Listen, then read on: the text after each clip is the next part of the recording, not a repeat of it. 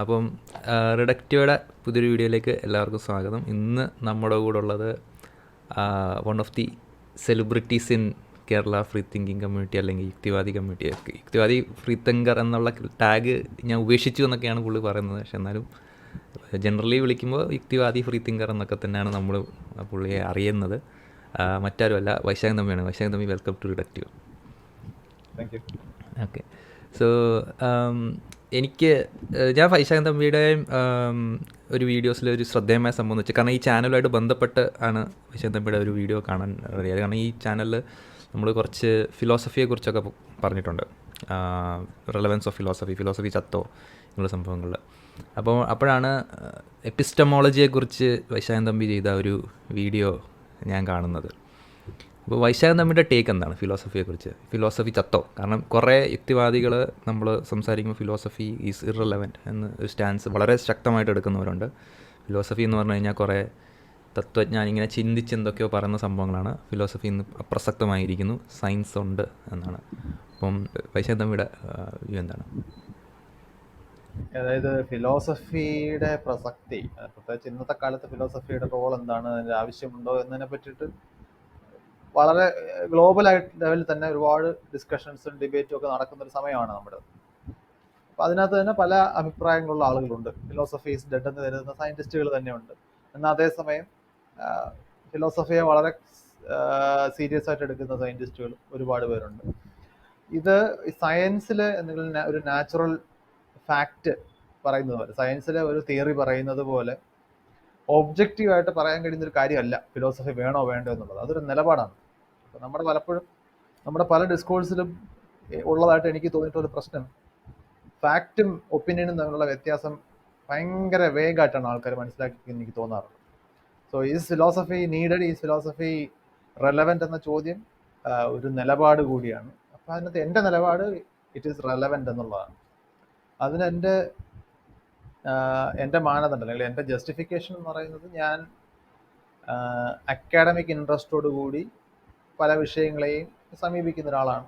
പ്രത്യേകിച്ച് ഞാൻ പഠിച്ചൊരു വിഷയം ഫിസിക്സ് ആണ്. അത് പഠിപ്പിക്കുകയാണ്. ഞാൻ പോസ്റ്റ് ഗ്രാജുവേറ്റ് ലെവലിൽ പഠിപ്പിക്കുന്ന ആളാണ്. അതിനകത്ത് എനിക്കൊരു റിസർച്ച് ഡിഗ്രി ഉണ്ട്. അപ്പോൾ അതുപോലെ എനിക്ക് ഒരു വിഷയത്തിൽ ആഴത്തിൽ കാര്യങ്ങളെ വിശദാംശങ്ങളോടുകൂടി അതിൻ്റെ ടിപ്പിക്കലി ഫിലോസോഫിക്കൽ ലെവലിലേക്ക് അതിനെ അറിയാൻ താല്പര്യമുള്ള ഒരാളാണ് ഞാൻ. ഫിസിക്സ് എൻ്റെ വിഷയം ആയതുകൊണ്ട് അതിനകത്ത് കുറച്ചധികം ഞാൻ ആലോചിച്ച് പോയിട്ടുണ്ട്. എല്ലാ വിഷയങ്ങൾക്കും നമ്മൾ കഴിഞ്ഞാൽ ഫിലോസഫി ഓഫ് സയൻസ് ഉണ്ട്, ഫിലോസഫി ഓഫ് മാത്തമാറ്റിക്സ് ഉണ്ട്, ഫിലോസഫി ഓഫ് കമ്പ്യൂട്ടർ സയൻസ് ഉണ്ട്, ഫിലോസഫി ഓഫ് എക്കണോമിക്സ് ഉണ്ട്, ഫിലോസഫി ഓഫ് എഡ്യൂക്കേഷൻ ഉണ്ട്. അങ്ങനെയല്ല, അതെല്ലാം എസ്റ്റാബ്ലിഷ്ഡ് ബ്രാഞ്ചുകളാണ്. അപ്പം നമ്മൾ സയൻസിനെ കുറിച്ച് പഠിച്ച് പോകുമ്പോൾ നമ്മൾ ലോകത്തെല്ലായിടത്തും ഫോർമൽ എഡ്യൂക്കേഷൻ്റെ ട്രാക്ക് നോക്കിയാൽ അത് അങ്ങനെ തന്നെയാണ്. അത് BSc, BA, MSc എന്നൊക്കെ പറഞ്ഞ് അവസാനം അത് MPhil, PhD ഒക്കെ ആയിട്ടാണ് പോകുന്നത്.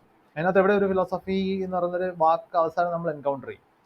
അപ്പോൾ എന്നെ സംബന്ധിച്ചിടത്തോളം ഏത് വിഷയവും അക്കാഡമിക് ഇൻട്രസ്റ്റോട് കൂടി ആഴത്തിൽ പഠിക്കേണ്ടി വരുമ്പോൾ you are actually going to end up in philosophy.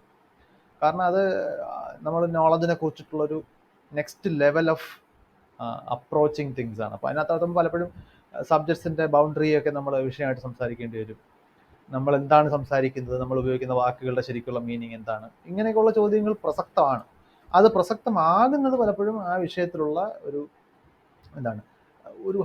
ഒരു വളരെ ആഴത്തിലുള്ള ഒരു ഡിസ്കഷൻ വരുമ്പോൾ മാത്രമേ അത് റെലവൻറ്റ് ആകുന്നുള്ളൂ എന്നതേ ഉള്ളൂ.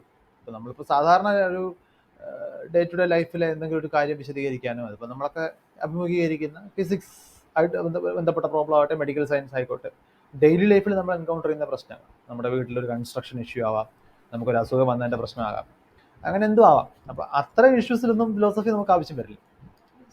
അതിനകത്ത് വേണമെങ്കിൽ നമുക്ക് ഇറലവൻ്റ് ആണെന്ന് പറയാം. പക്ഷെ ആ വിഷയത്തെക്കുറിച്ച് നമ്മൾ ഒരു പരിധിക്കപ്പുറം ആഴത്തിലേക്ക് പോകുമ്പോൾ, പ്രത്യേകിച്ച് ഫിസിക്സ് പോലുള്ള വിഷയത്തിൽ എത്തുമ്പോഴാണ് അത് പ്രകടമാകുന്നത്. ഉദാഹരണത്തിന് ഇപ്പോൾ ക്വാണ്ടം ഫിസിക്സ് പോലുള്ള മേഖലകളിലേക്ക് എത്തുമ്പോൾ എക്സ്പെരിമെൻ്റൽ റിസൾട്ടുകളും ഒക്കെ നമുക്ക് തിയറി കൃത്യമായിട്ട് വെരിഫൈ ചെയ്യാൻ ഉപയോഗിക്കാൻ പറ്റും. പക്ഷേ ഈ റിസൾട്ട് തിയറിയെ കൃത്യമായി ജസ്റ്റിഫൈ ചെയ്യുമ്പോഴും ആ തിയറിയുടെ മീനിങ് എന്താണ് എന്ന് മനസ്സിലാക്കാൻ പറ്റാത്തൊരു പ്രശ്നമുണ്ട്. ഇപ്പോൾ ക്വാണ്ടം മെക്കാനിക്സിൽ നിലവിലുള്ള അൺസോൾവ്ഡ് പ്രോബ്ലങ്ങളിലൊന്ന് ഇൻ്റർപ്രിട്ടേഷൻ പ്രോബ്ലം എന്ന് പറയുന്നൊരു മേഖലയാണ്. അതിനെ ഇന്നും നമ്മൾ ഫിലോസഫിക്കലായിട്ടാണ് അപ്രോച്ച് ചെയ്യുന്നത്. അപ്പോൾ അത് ഞാൻ പറഞ്ഞു വന്നത്, it is not dead. In fact it is very relevant when you want to talk about things in very fine details or in very deep levels. അങ്ങനെയാണെങ്കിൽ അത് വളരെ റെലവൻ്റ് ആണ്. ഓക്കെ, അങ്ങനെയാണെങ്കിൽ വളരെ ഫേമസ് ഡിബേറ്റ് ഉണ്ടായിട്ടുണ്ട് CVNും വൈശാഖൻ തമ്മിൽ സയൻറ്റിസം എന്നുള്ള വിഷയത്തിൽ. CVNും വൈശാഖൻ തമ്മിൽ മാത്രമല്ല, ഈവൻ ഞങ്ങളും CVNും തമ്മിലും ഈ ഒരു വിഷയത്തിൽ ഒരു ചർച്ച, ഒരു ബാക്ക് ആൻഡ് ഫോർത്ത് ഉണ്ടായിട്ടുണ്ട്. അപ്പോൾ അതിൽ CVN എടുക്കുന്ന ശാസ്ത്രത്തിൻ്റെ നിർവചനം എന്ന് പറയുന്നത് ബേസിക്കലി ഒരു ബ്രോഡ്ലി കോൺസ്ട്രൂഡ്, മാർട്ടിൻ ബൂദരി എന്ന് പറയുന്ന ഒരു ഫിലോസഫറിൻ്റെ ഡെഫിനിഷനാണ് CVN എടുക്കുന്ന ശാസ്ത്രത്തിൻ്റെ നിർവചനം. അതായത് ആ ഒരു നിർവചന പ്രകാരം ബേസിക്കലി നമ്മുടെ ഒരു യുക്തിചിന്ത എന്ന് പറയുന്നത് തന്നെ ഒരു എക്സ്റ്റൻഷൻ ഓഫ് കോമൺ സെൻസ് തന്നെയാണ്, ഒരു കോമൺ സെൻസിൻ്റെ എക്സ്റ്റൻഷൻ തന്നെയാണ്. അത് തന്നെയാണ് ശാസ്ത്രവും. ഇതും തമ്മിലൊരു വലിയ വ്യത്യാസമില്ല, ഇതൊരു ഒഴുകുന്ന നദി പോലെയാണ്. അപ്പോൾ ഇതെല്ലാം ഒരു ശാസ്ത്രം തന്നെയാണ്. സോ അങ്ങനെ നോക്കുമ്പോൾ എവറിത്തിങ് ഈസ് സയൻസ്, ദെർഫോർ അത് തന്നെയാണ് ജ്ഞാനത്തിൻ്റെ ഏകമാന മാർഗം. അപ്പോൾ അവിടെ ശാസ്ത്രത്തിൻ്റെ നിർവചനം അങ്ങനെയാണ് അദ്ദേഹം നയിക്കുന്നത്. അതുകൊണ്ട് ആ നിർവചനം എടുക്കുമ്പോൾ I can say I am following scientism എന്നെനിക്ക് വളരെ ശക്തമായി പറയാൻ പറ്റുമെന്നാണ് CVNൻ്റെ ഒപ്പീനിയൻ. വൈശാഖൻ തമ്പി ശാസ്ത്രത്തെ നിർവചിക്കുന്നത് എങ്ങനെയാണ്? ഈ ഒരു ശാസ്ത്രം എന്ന് പറഞ്ഞാൽ ഇങ്ങനെയാണ്, അതാണ് ശാസ്ത്രം, അതുകൊണ്ട് ഇത് സയൻറ്റിസം അല്ല, അങ്ങനെയൊക്കെയുള്ള ഒപ്പീനിയൻസിൽ വൈശാഖൻ തമ്പിയുടെ പൊസിഷൻ. അത് സയൻസിന് അങ്ങനെ പ്രത്യേകിച്ച് ഒരു യൂണിവേഴ്സൽ ഡെഫിനിഷൻ ഒന്നും നമുക്ക് നിലവിലില്ല. കാരണം അത് ഇപ്പോഴും ആളുകൾ ഡിബേറ്റ് ചെയ്യുന്ന, അല്ലെങ്കിൽ ശരിക്കും നമുക്ക് ആ സയൻസ് എന്താണ് എന്നുള്ളതിനെ കുറിച്ചൊരു വ്യക്തമായ ഒരു ഡെഫിനിഷൻ്റെ ആവശ്യം ശരിക്കും ഇല്ല എന്നുള്ളതാണ് കാര്യം. ഇപ്പോൾ സയൻസിനെ നോൺ സയൻസിൽ നിന്ന് വേർതിരിക്കാനുള്ള ഡിമാർക്കേഷൻ പ്രോബ്ലങ്ങളെ കുറിച്ചൊക്കെ ചർച്ചകൾ, കോൾ പോപ്പറിൻ്റെ ഒക്കെ ഐഡിയകളൊക്കെ അങ്ങനെ വന്നിട്ടുണ്ട്. പക്ഷേ ഇതാണ് സയൻസ് എന്നൊരു 2 സെന്റൻസിൽ പറഞ്ഞു വെച്ചത് കൊണ്ട് അത് മുന്നോട്ട് വെക്കുന്ന ഒരു the way of method of enquiry, കാര്യങ്ങൾ അന്വേഷിച്ച് കണ്ടെത്താനുള്ളൊരു മാർഗം, അത് മറ്റൊരു ഡോക്മ ആയിട്ട് മാറ്റേണ്ട കാര്യമില്ല. ഇതിങ്ങനെ തന്നെ സയൻസ് വേണം. നമ്മളെ സംബന്ധിച്ചിടത്തോളം റിലയബിൾ ആയിട്ടുള്ള, ഒബ്ജക്റ്റീവ് ആയിട്ടുള്ള, യൂണിവേഴ്സൽ ആയിട്ടുള്ള ട്രൂത്ത്. അപ്പോൾ ഫിലോസഫിക്കൽ ആയിട്ടുള്ള ക്വസ്റ്റ്യൻ ഉണ്ട്, what do you mean by truth? നിങ്ങൾ എന്തിനാണ് ട്രൂത്ത് ആയിട്ട് പറയുന്നത്? നമുക്ക് തൽക്കാലം അതിലേക്ക് പോകണ്ട. അപ്പോൾ ഈ റിലയബിൾ ആയിട്ടുള്ള, യൂണിവേഴ്സൽ ആയിട്ടുള്ള, ഒബ്ജക്റ്റീവ് ആയിട്ടുള്ള ട്രൂത്ത്, അത് പലതാണ്. റിലയബിൾ എന്ന് ഉദ്ദേശിക്കുന്നത് നമുക്ക് നാളെയും അതങ്ങനെ തന്നെ ആയിരിക്കുമോ, വിശ്വസിക്കാവുന്നതാണോ, അതിനെ ഡിപ്പെൻഡ് ചെയ്ത് നമുക്ക് മറ്റു കാര്യങ്ങൾ അന്വേഷിക്കാനും പുതിയ കാര്യങ്ങൾ ഉണ്ടാക്കാനും ഒക്കെ സാധിക്കുമോ? അത് യൂണിവേഴ്സൽ ആണോ, എനിക്കൊന്നും വേറൊരു സ്ഥലത്ത് വേറൊന്നും ആണോ? അങ്ങനെയൊക്കെയുള്ള ചോദ്യങ്ങൾക്ക് ഉത്തരം വരുമ്പോഴാണത് യൂണിവേഴ്സൽ ആണോ അല്ലേ എന്ന് ചോദിക്കേണ്ടി വരുന്നത്. പിന്നെ ഒബ്ജക്റ്റീവ് ആണ്, അതാണ് ആളുകൾക്ക് സബ്ജക്റ്റീവ് അല്ലാത്തത്. ഓരോരുത്തർക്കും ഓരോ ഉത്തരം വരുന്ന കാര്യങ്ങളായിരുന്നു. ഇങ്ങനെയുള്ള കാര്യങ്ങൾ മനസ്സിലാക്കിയെടുക്കുന്നതിനാണ്, അങ്ങനെയുള്ള കാര്യങ്ങൾ മനസ്സിലാക്കുന്നതോടുകൂടിയാണ് നമ്മുടെ ലോകം, മനുഷ്യന് നമുക്ക് നമ്മുടെ സൗകര്യത്തിന് നിയന്ത്രിക്കാൻ പറ്റും. അപ്പൊ അത്തരം കാര്യങ്ങളിൽ അത്തരം അറിവ് കണ്ടെത്തുന്നതിന് ചരിത്രത്തിലൂടെ മനുഷ്യൻ മനസ്സിലാക്കിയെടുത്തൊരു മാർഗമാണ് സയൻസ്. സയൻസ് എന്ന് പറയുമ്പോൾ ബേസിക്കലി സയൻസിന്റെ മെത്തേഡാണ്, സയന്റിഫിക് മെത്തേഡാണ്. ഞാൻ അങ്ങനെയാണ് അതിനെ കാണുന്നത്, അതിനുപയോഗിക്കുന്ന മെത്തേഡ്. അതൊരു കുക്ക് ബുക്ക് റെസിപ്പി പോലെ പാലെടുക്കുക, വെള്ളം തിളപ്പിക്കുക, അതിനകത്തേക്ക് പഞ്ചസാര ചേർക്കുക, അങ്ങനെയല്ല അത് വർക്ക് ചെയ്യുന്നത്. അതിനകത്ത് ഒരുപാട് ക്രിയേറ്റിവിറ്റി ഉണ്ട്. കാരണം അങ്ങനെ ഒരു റെസിപ്പി ഉപയോഗിച്ച് ചെയ്യാവുന്നതായിരുന്നു എന്നുണ്ടെങ്കിൽ എല്ലാവരും ഭയങ്കര വലിയ സയന്റിസ്റ്റുമാരാകുമായിരുന്നു. അങ്ങനെ അതിനകത്ത് അതിൻ്റെതായ ക്രിയേറ്റിവിറ്റി ഉണ്ട്. കാരണം അത് തുടങ്ങുന്ന ഒരു ക്വസ്റ്റ്യൻ, ഒരു ഒബ്സർവേഷനാണ്. ഒബ്സർവേഷനിൽ നിന്ന് ഒരു ക്വസ്റ്റ്യൻ ഉണ്ടാക്കുന്നു, ആ ക്വസ്റ്റ്യൻ പോസിബിൾ ആയിട്ടുള്ള ഹൈപ്പോത്തസിസുകൾ ഉണ്ടാക്കുന്നു, അത് ടെസ്റ്റ് ചെയ്യുന്നു. അങ്ങനെയാണ് അതിൻ്റെ ഒരു രീതി. നമ്മൾ പൊതുവെ ഈ പറയുന്നത് പോലെ എളുപ്പമല്ല ക്വസ്റ്റ്യൻ ഉണ്ടാക്കുക എന്ന് പറയുന്നത്. കാരണം കൃത്യമായി പ്രോബ് ചെയ്യാൻ കഴിയുന്ന ഒരു ക്വസ്റ്റ്യൻ ഉണ്ടാക്കുക എന്ന് പറയുന്ന ഒരു സ്കില്ലാണ്. അത് പലപ്പോൾ എക്സ്പീരിയൻസ് ഉണ്ടായിരിക്കും, ചിലപ്പോൾ അതിനകത്ത് മറ്റ് ഒരുപാട് നമ്മുടെ എക്സ്പോഷേഴ്സും നമ്മുടെ മറ്റ് ബാക്ക്ഗ്രൗണ്ട് നോളജും ഒക്കെ അതിനകത്ത് വർക്ക് ചെയ്യും. കാരണം നിങ്ങൾക്ക് ഫോർമൽ ലെവലിൽ ഫിസിക്സ് പഠിക്കാത്ത ഒരാളിന് ക്വാണ്ടം മെക്കാനിക്സിൽ ഒരു ക്വസ്റ്റ്യൻ ഫോർമുലേറ്റ് ചെയ്യാൻ പറ്റില്ല. നിങ്ങൾ ക്വസ്റ്റ്യൻ ഫോർമുലേറ്റ് ചെയ്തിട്ടാണ് ഹൈപ്പോത്തസിസ് ഉണ്ടാക്കുന്നത്. അപ്പോൾ അതുകൊണ്ട് കുക്ക് ബുക്ക് റെസിപ്പി പോലെ ഫോളോ ചെയ്യാൻ കഴിയുന്ന ഒരു കാര്യമില്ല. അപ്പം ഞാൻ സയൻസിനെ മനസ്സിലാക്കുന്നത് അതിലൂടെ അത് പിന്തുടരുന്ന ഒരു അപ്രോച്ചാണ്. പിന്നെ നമ്മൾ പറഞ്ഞ സെക്കൻഡറി, നമ്മൾ ആ അപ്രോച്ചിലൂടെ കണ്ടെത്തിയ കാര്യങ്ങളെ നമുക്ക് വിശ്വസിക്കാം. അവിടെ ബേസിക്കലി സംഭവിക്കുന്നത് വിശ്വാസമാണ്. കാരണം നോളജ് എന്താണ് എന്നതിൻ്റെ എപ്പിസ്റ്റമോളജിക്കൽ ഡെഫിനിഷനകത്തേക്ക് വരുന്ന പ്രധാനപ്പെട്ട ഒരു വാക്കാണ് ജസ്റ്റിഫൈഡ് ട്രൂ ബിലീഫ്. ആ മൂന്നാമത്തെ വാക്ക് വളരെ പ്രധാനമാണ്, ബിലീഫാണ്. അത് ബിലീഫ് തന്നെയാണ്. നമുക്ക് സംസാരിക്കുമ്പോൾ പൊതുവിൽ നമ്മൾ യുക്തിവാദവും അന്ധവിശ്വാസത്തെ കുറിച്ച് സംസാരിക്കുമ്പോൾ വിശ്വാസം എന്തോ ഒരു മോശം വാക്കെന്ന രീതിയിലാണ് നമ്മൾ പറയുക. അത് നിങ്ങൾക്ക് അതിനകത്ത് ജസ്റ്റിഫിക്കേഷൻ ഇല്ലാതെ വരുമ്പോഴോ ഒക്കെയാണ് അത്, അല്ലെങ്കിൽ അതിന് യാഥാർത്ഥ്യമായിട്ട് ബന്ധമില്ലാതെ വരുമ്പോഴോ ഒക്കെയാണ് നിങ്ങളുടെ വിശ്വാസം നിങ്ങളെ അപകടത്തിൽപ്പെടുത്താൻ സാധ്യതയുള്ളത്. അല്ലെങ്കിൽ നിങ്ങൾക്കറിയാവുന്ന എല്ലാ കാര്യങ്ങളും സയന്റിഫിക് ആയിട്ടുള്ള നോളജ് ആയപ്പോലും നിങ്ങളതിൽ വിശ്വസിച്ചേ പറ്റും. So there is a definite part belief. ഞാൻ ആ വാക്കിന്റെ ഭാഗം എടുത്ത് സൂചിപ്പിച്ചു എന്നേ ഉള്ളൂ. ഞാൻ സയൻസിനെ അങ്ങനെയാണ് കാണുന്നത്, ഈ ഒബ്ജക്റ്റീവ് ആയിട്ടുള്ള അറിവ് ഉണ്ടാക്കുന്നതിനുള്ള മാർഗം. പക്ഷേ ഇതിൽ സയൻറ്റിസം അപകടമാണ്, അല്ലെങ്കിൽ സയൻറ്റിസം എന്ന് പറയുന്നതിനെ ഞാൻ എതിർക്കുന്നതിനുള്ള പ്രധാനപ്പെട്ട പ്രശ്നം, ഈ മാർഗത്തിലൂടെ അല്ലാതെ അറിഞ്ഞ ഒരുപാട് കാര്യങ്ങൾ നമുക്കുണ്ട്. പലപ്പോഴും ആ അറിവിൻ്റെ അടിസ്ഥാനത്തിലാണ് നമ്മൾ സയൻസ് പോലും അറിയുന്നത്. ഇപ്പോൾ ലാംഗ്വേജ്, നമ്മൾ ലാംഗ്വേജ് അക്വയർ ചെയ്യുന്നത് സയൻസിൻ്റെ മെത്തേഡിലൂടെ അല്ല, നമ്മൾ എക്സ്പോഷർ കൊണ്ടാണ് അക്വയർ ചെയ്യുന്നത്. നമ്മളൊരു പുതിയ ഭാഷ പഠിക്കുന്നത്, നമ്മൾ ചരിത്രം പഠിക്കുന്നത്, നമ്മൾ ആളുകളെ പരിചയപ്പെടുന്നത്, നമ്മൾ കൺവെൻഷൻസ് പരിചയപ്പെടുന്നത്. സയൻസിലെ കൺവെൻഷൻസ്, അതായത് സയൻസിൽ ഇൻ്റഗ്രേഷൻ സിമ്പിൾ ഇട്ട് കഴിഞ്ഞാൽ അതെന്താണ് അർത്ഥം എന്ന് പറയണമെങ്കിൽ നിങ്ങൾക്ക് അത് സയൻറ്റിഫിക്കലി നിങ്ങൾക്ക് മനസ്സിലാക്കാൻ പറ്റത്തില്ല. നിങ്ങൾക്ക് എവിടുന്ന് ആ സിമ്പിൾ ഊഹിച്ച് ഡിറൈവ് ചെയ്യാൻ പറ്റില്ല. നിങ്ങളത് പരിചയപ്പെട്ടാലേ കിട്ടുള്ളൂ. നിങ്ങൾക്ക് അങ്ങനെ മാത്രമേ അതിലേക്ക് എത്താൻ പറ്റുള്ളൂ. അപ്പോൾ ഇതെല്ലാം നമ്മൾ അതെല്ലാം പക്ഷേ അറിവ് തന്നെയാണ്. നമുക്ക് ചരിത്രത്തെക്കുറിച്ചുള്ള നമ്മുടെ അറിവ്, സംസ്കാരത്തെക്കുറിച്ചുള്ള നമ്മുടെ അറിവ്. ഇപ്പോൾ ചെമ്മീൻ എഴുതിയത് ആരാണെന്ന് ചോദിച്ചു കഴിഞ്ഞാൽ ഞാൻ സയൻറ്റിഫിക് ആയിട്ടാണോ പറയുന്ന ഉത്തരം? പക്ഷെ അതൊരു റെലവൻ്റ് ആയിട്ടുള്ള ഉത്തരവാണ്, അത് റെലവൻ്റ് ആയിട്ടുള്ള അറിവാണ്. അത് ഒരു പരിധി ഒബ്ജക്റ്റീവാണ്. ഒരുപാട് പേര് എഴുതിയിട്ടില്ല, അല്ലെങ്കിൽ എനിക്കും താങ്കൾക്കും ചെമ്മീൻ എഴുതിയത് ആരെന്ന ചോദ്യത്തിന് പല ഉത്തരങ്ങൾ സാധ്യമല്ല, അതിനൊരു ഉത്തരവുണ്ട്. പക്ഷെ അത് നിങ്ങൾക്ക് സയൻറ്റിഫിക് ആയിട്ട് മനസ്സിലാക്കാൻ പറ്റില്ല. കാരണം സയൻറ്റിഫിക് ആയിട്ട് യൂണിവേഴ്സലായിട്ട് മനസ്സിലാക്കാൻ പറ്റുന്ന കാര്യമാണെങ്കിൽ സൗദി അറേബ്യയിൽ ഇരുന്ന് മലയാളം അറിയാത്ത ഒരാൾ താനേ ഇത് കണ്ടുപിടിക്കണം, പറ്റില്ല. അതിനുള്ള പോസിബിലിറ്റി അവിടെ ഇല്ല. അപ്പോൾ അതാണ് ഞാൻ സയൻറ്റിസത്തിന് എതിരാണെന്ന് ഞാൻ പറയുന്നത്. സയൻറ്റിസം എന്ന് പറയുന്നത് സയൻസിലൂടെ എല്ലാം അറിയാൻ പറ്റൂ എന്ന് പറയുമ്പോൾ ഉള്ള പ്രശ്നം അതാണ്. ഒരുപാട് കാര്യങ്ങൾ സയൻസിലൂടെ അല്ലാതെ അറിഞ്ഞതിന് ശേഷമാണ് നമ്മൾ ശരിക്കും സയൻസ് അറിഞ്ഞു തുടങ്ങുന്നത്. അവിടെ ഈ സയൻസും അല്ലെങ്കിൽ സയൻറ്റിഫിക് ആയിട്ടുള്ള കാര്യങ്ങളും അൺസയൻറ്റിഫിക് ആയിട്ടുള്ള കാര്യങ്ങളും നോൺ സയൻറ്റിഫിക് ആയിട്ടുള്ള കാര്യങ്ങളും തിരിച്ചറിയണം. അതായത് സയൻസ് റെലവൻ്റ് ആകുന്ന പ്രദേശങ്ങളുണ്ട്, അതായത് ഒരു ഒബ്ജക്റ്റീവ് ആയ ഉത്തരങ്ങളുള്ള ഇത്തരം ഒരു ഹൈപ്പോത്തസിലൂടെ അല്ലെങ്കിൽ അങ്ങനെ ഒരു രീതിയിലൂടെ നമ്മൾ മനസ്സിലാക്കുന്ന കാര്യങ്ങളിൽ അങ്ങനെ അല്ലാത്ത കാര്യങ്ങൾ, ആശയങ്ങൾ വരുമ്പോൾ അത് അൺസയൻറ്റിഫിക് ആണെന്ന് നമുക്ക് പറയാം. പക്ഷെ അത്തരം മെത്തേഡിന് പ്രസക്തി ഇല്ലാത്ത സ്ഥലങ്ങളിൽ നോൺ സയൻസ് ആണ് നമ്മൾ സംസാരിക്കുന്നത്. അപ്പോൾ അവിടെ നമുക്ക് ആ ഡിമാർക്കേഷന് പ്രധാനമാണ്, what is science and what is known science. അപ്പോൾ എൻ്റെ ടേക്ക് അതിനകത്ത് അതാണ്. ഓക്കെ, അപ്പോൾ ഞാൻ ജസ്റ്റ് ഒരു ഡെവിൽസ് അഡ്വക്കേറ്റ് കളിക്കാനാണെങ്കിൽ ഞാൻ ചോദിക്കുകയാണ്, ഇപ്പോൾ ലാംഗ്വേജിനെ ഞാനൊരു നോളജായിട്ട് കാണുന്നില്ല, ജസ്റ്റ് എ ടൂൾ എന്ന് പറഞ്ഞു കഴിഞ്ഞാൽ സയൻറ്റിസം ശരിയാവത്തില്ലേ? ഇപ്പം നമുക്ക് ലാംഗ്വേജിനെയും ഇത്തരം കാര്യങ്ങളെയൊന്നും, കാരണം നോളജിനെ നമുക്ക് ജസ്റ്റിഫൈഡ് ട്രൂ ബിലീഫ് എന്ന് തന്നെ എടുക്കാം, പക്ഷേ justified true belief about what is true about the physical universe എന്ന് മാത്രം എടുത്താൽ മതി. ബാക്കി കാര്യങ്ങൾ, ഈ ലാംഗ്വേജും സംഭവങ്ങളൊന്നും നമുക്ക് നോളജായിട്ട് എടുക്കണ്ട.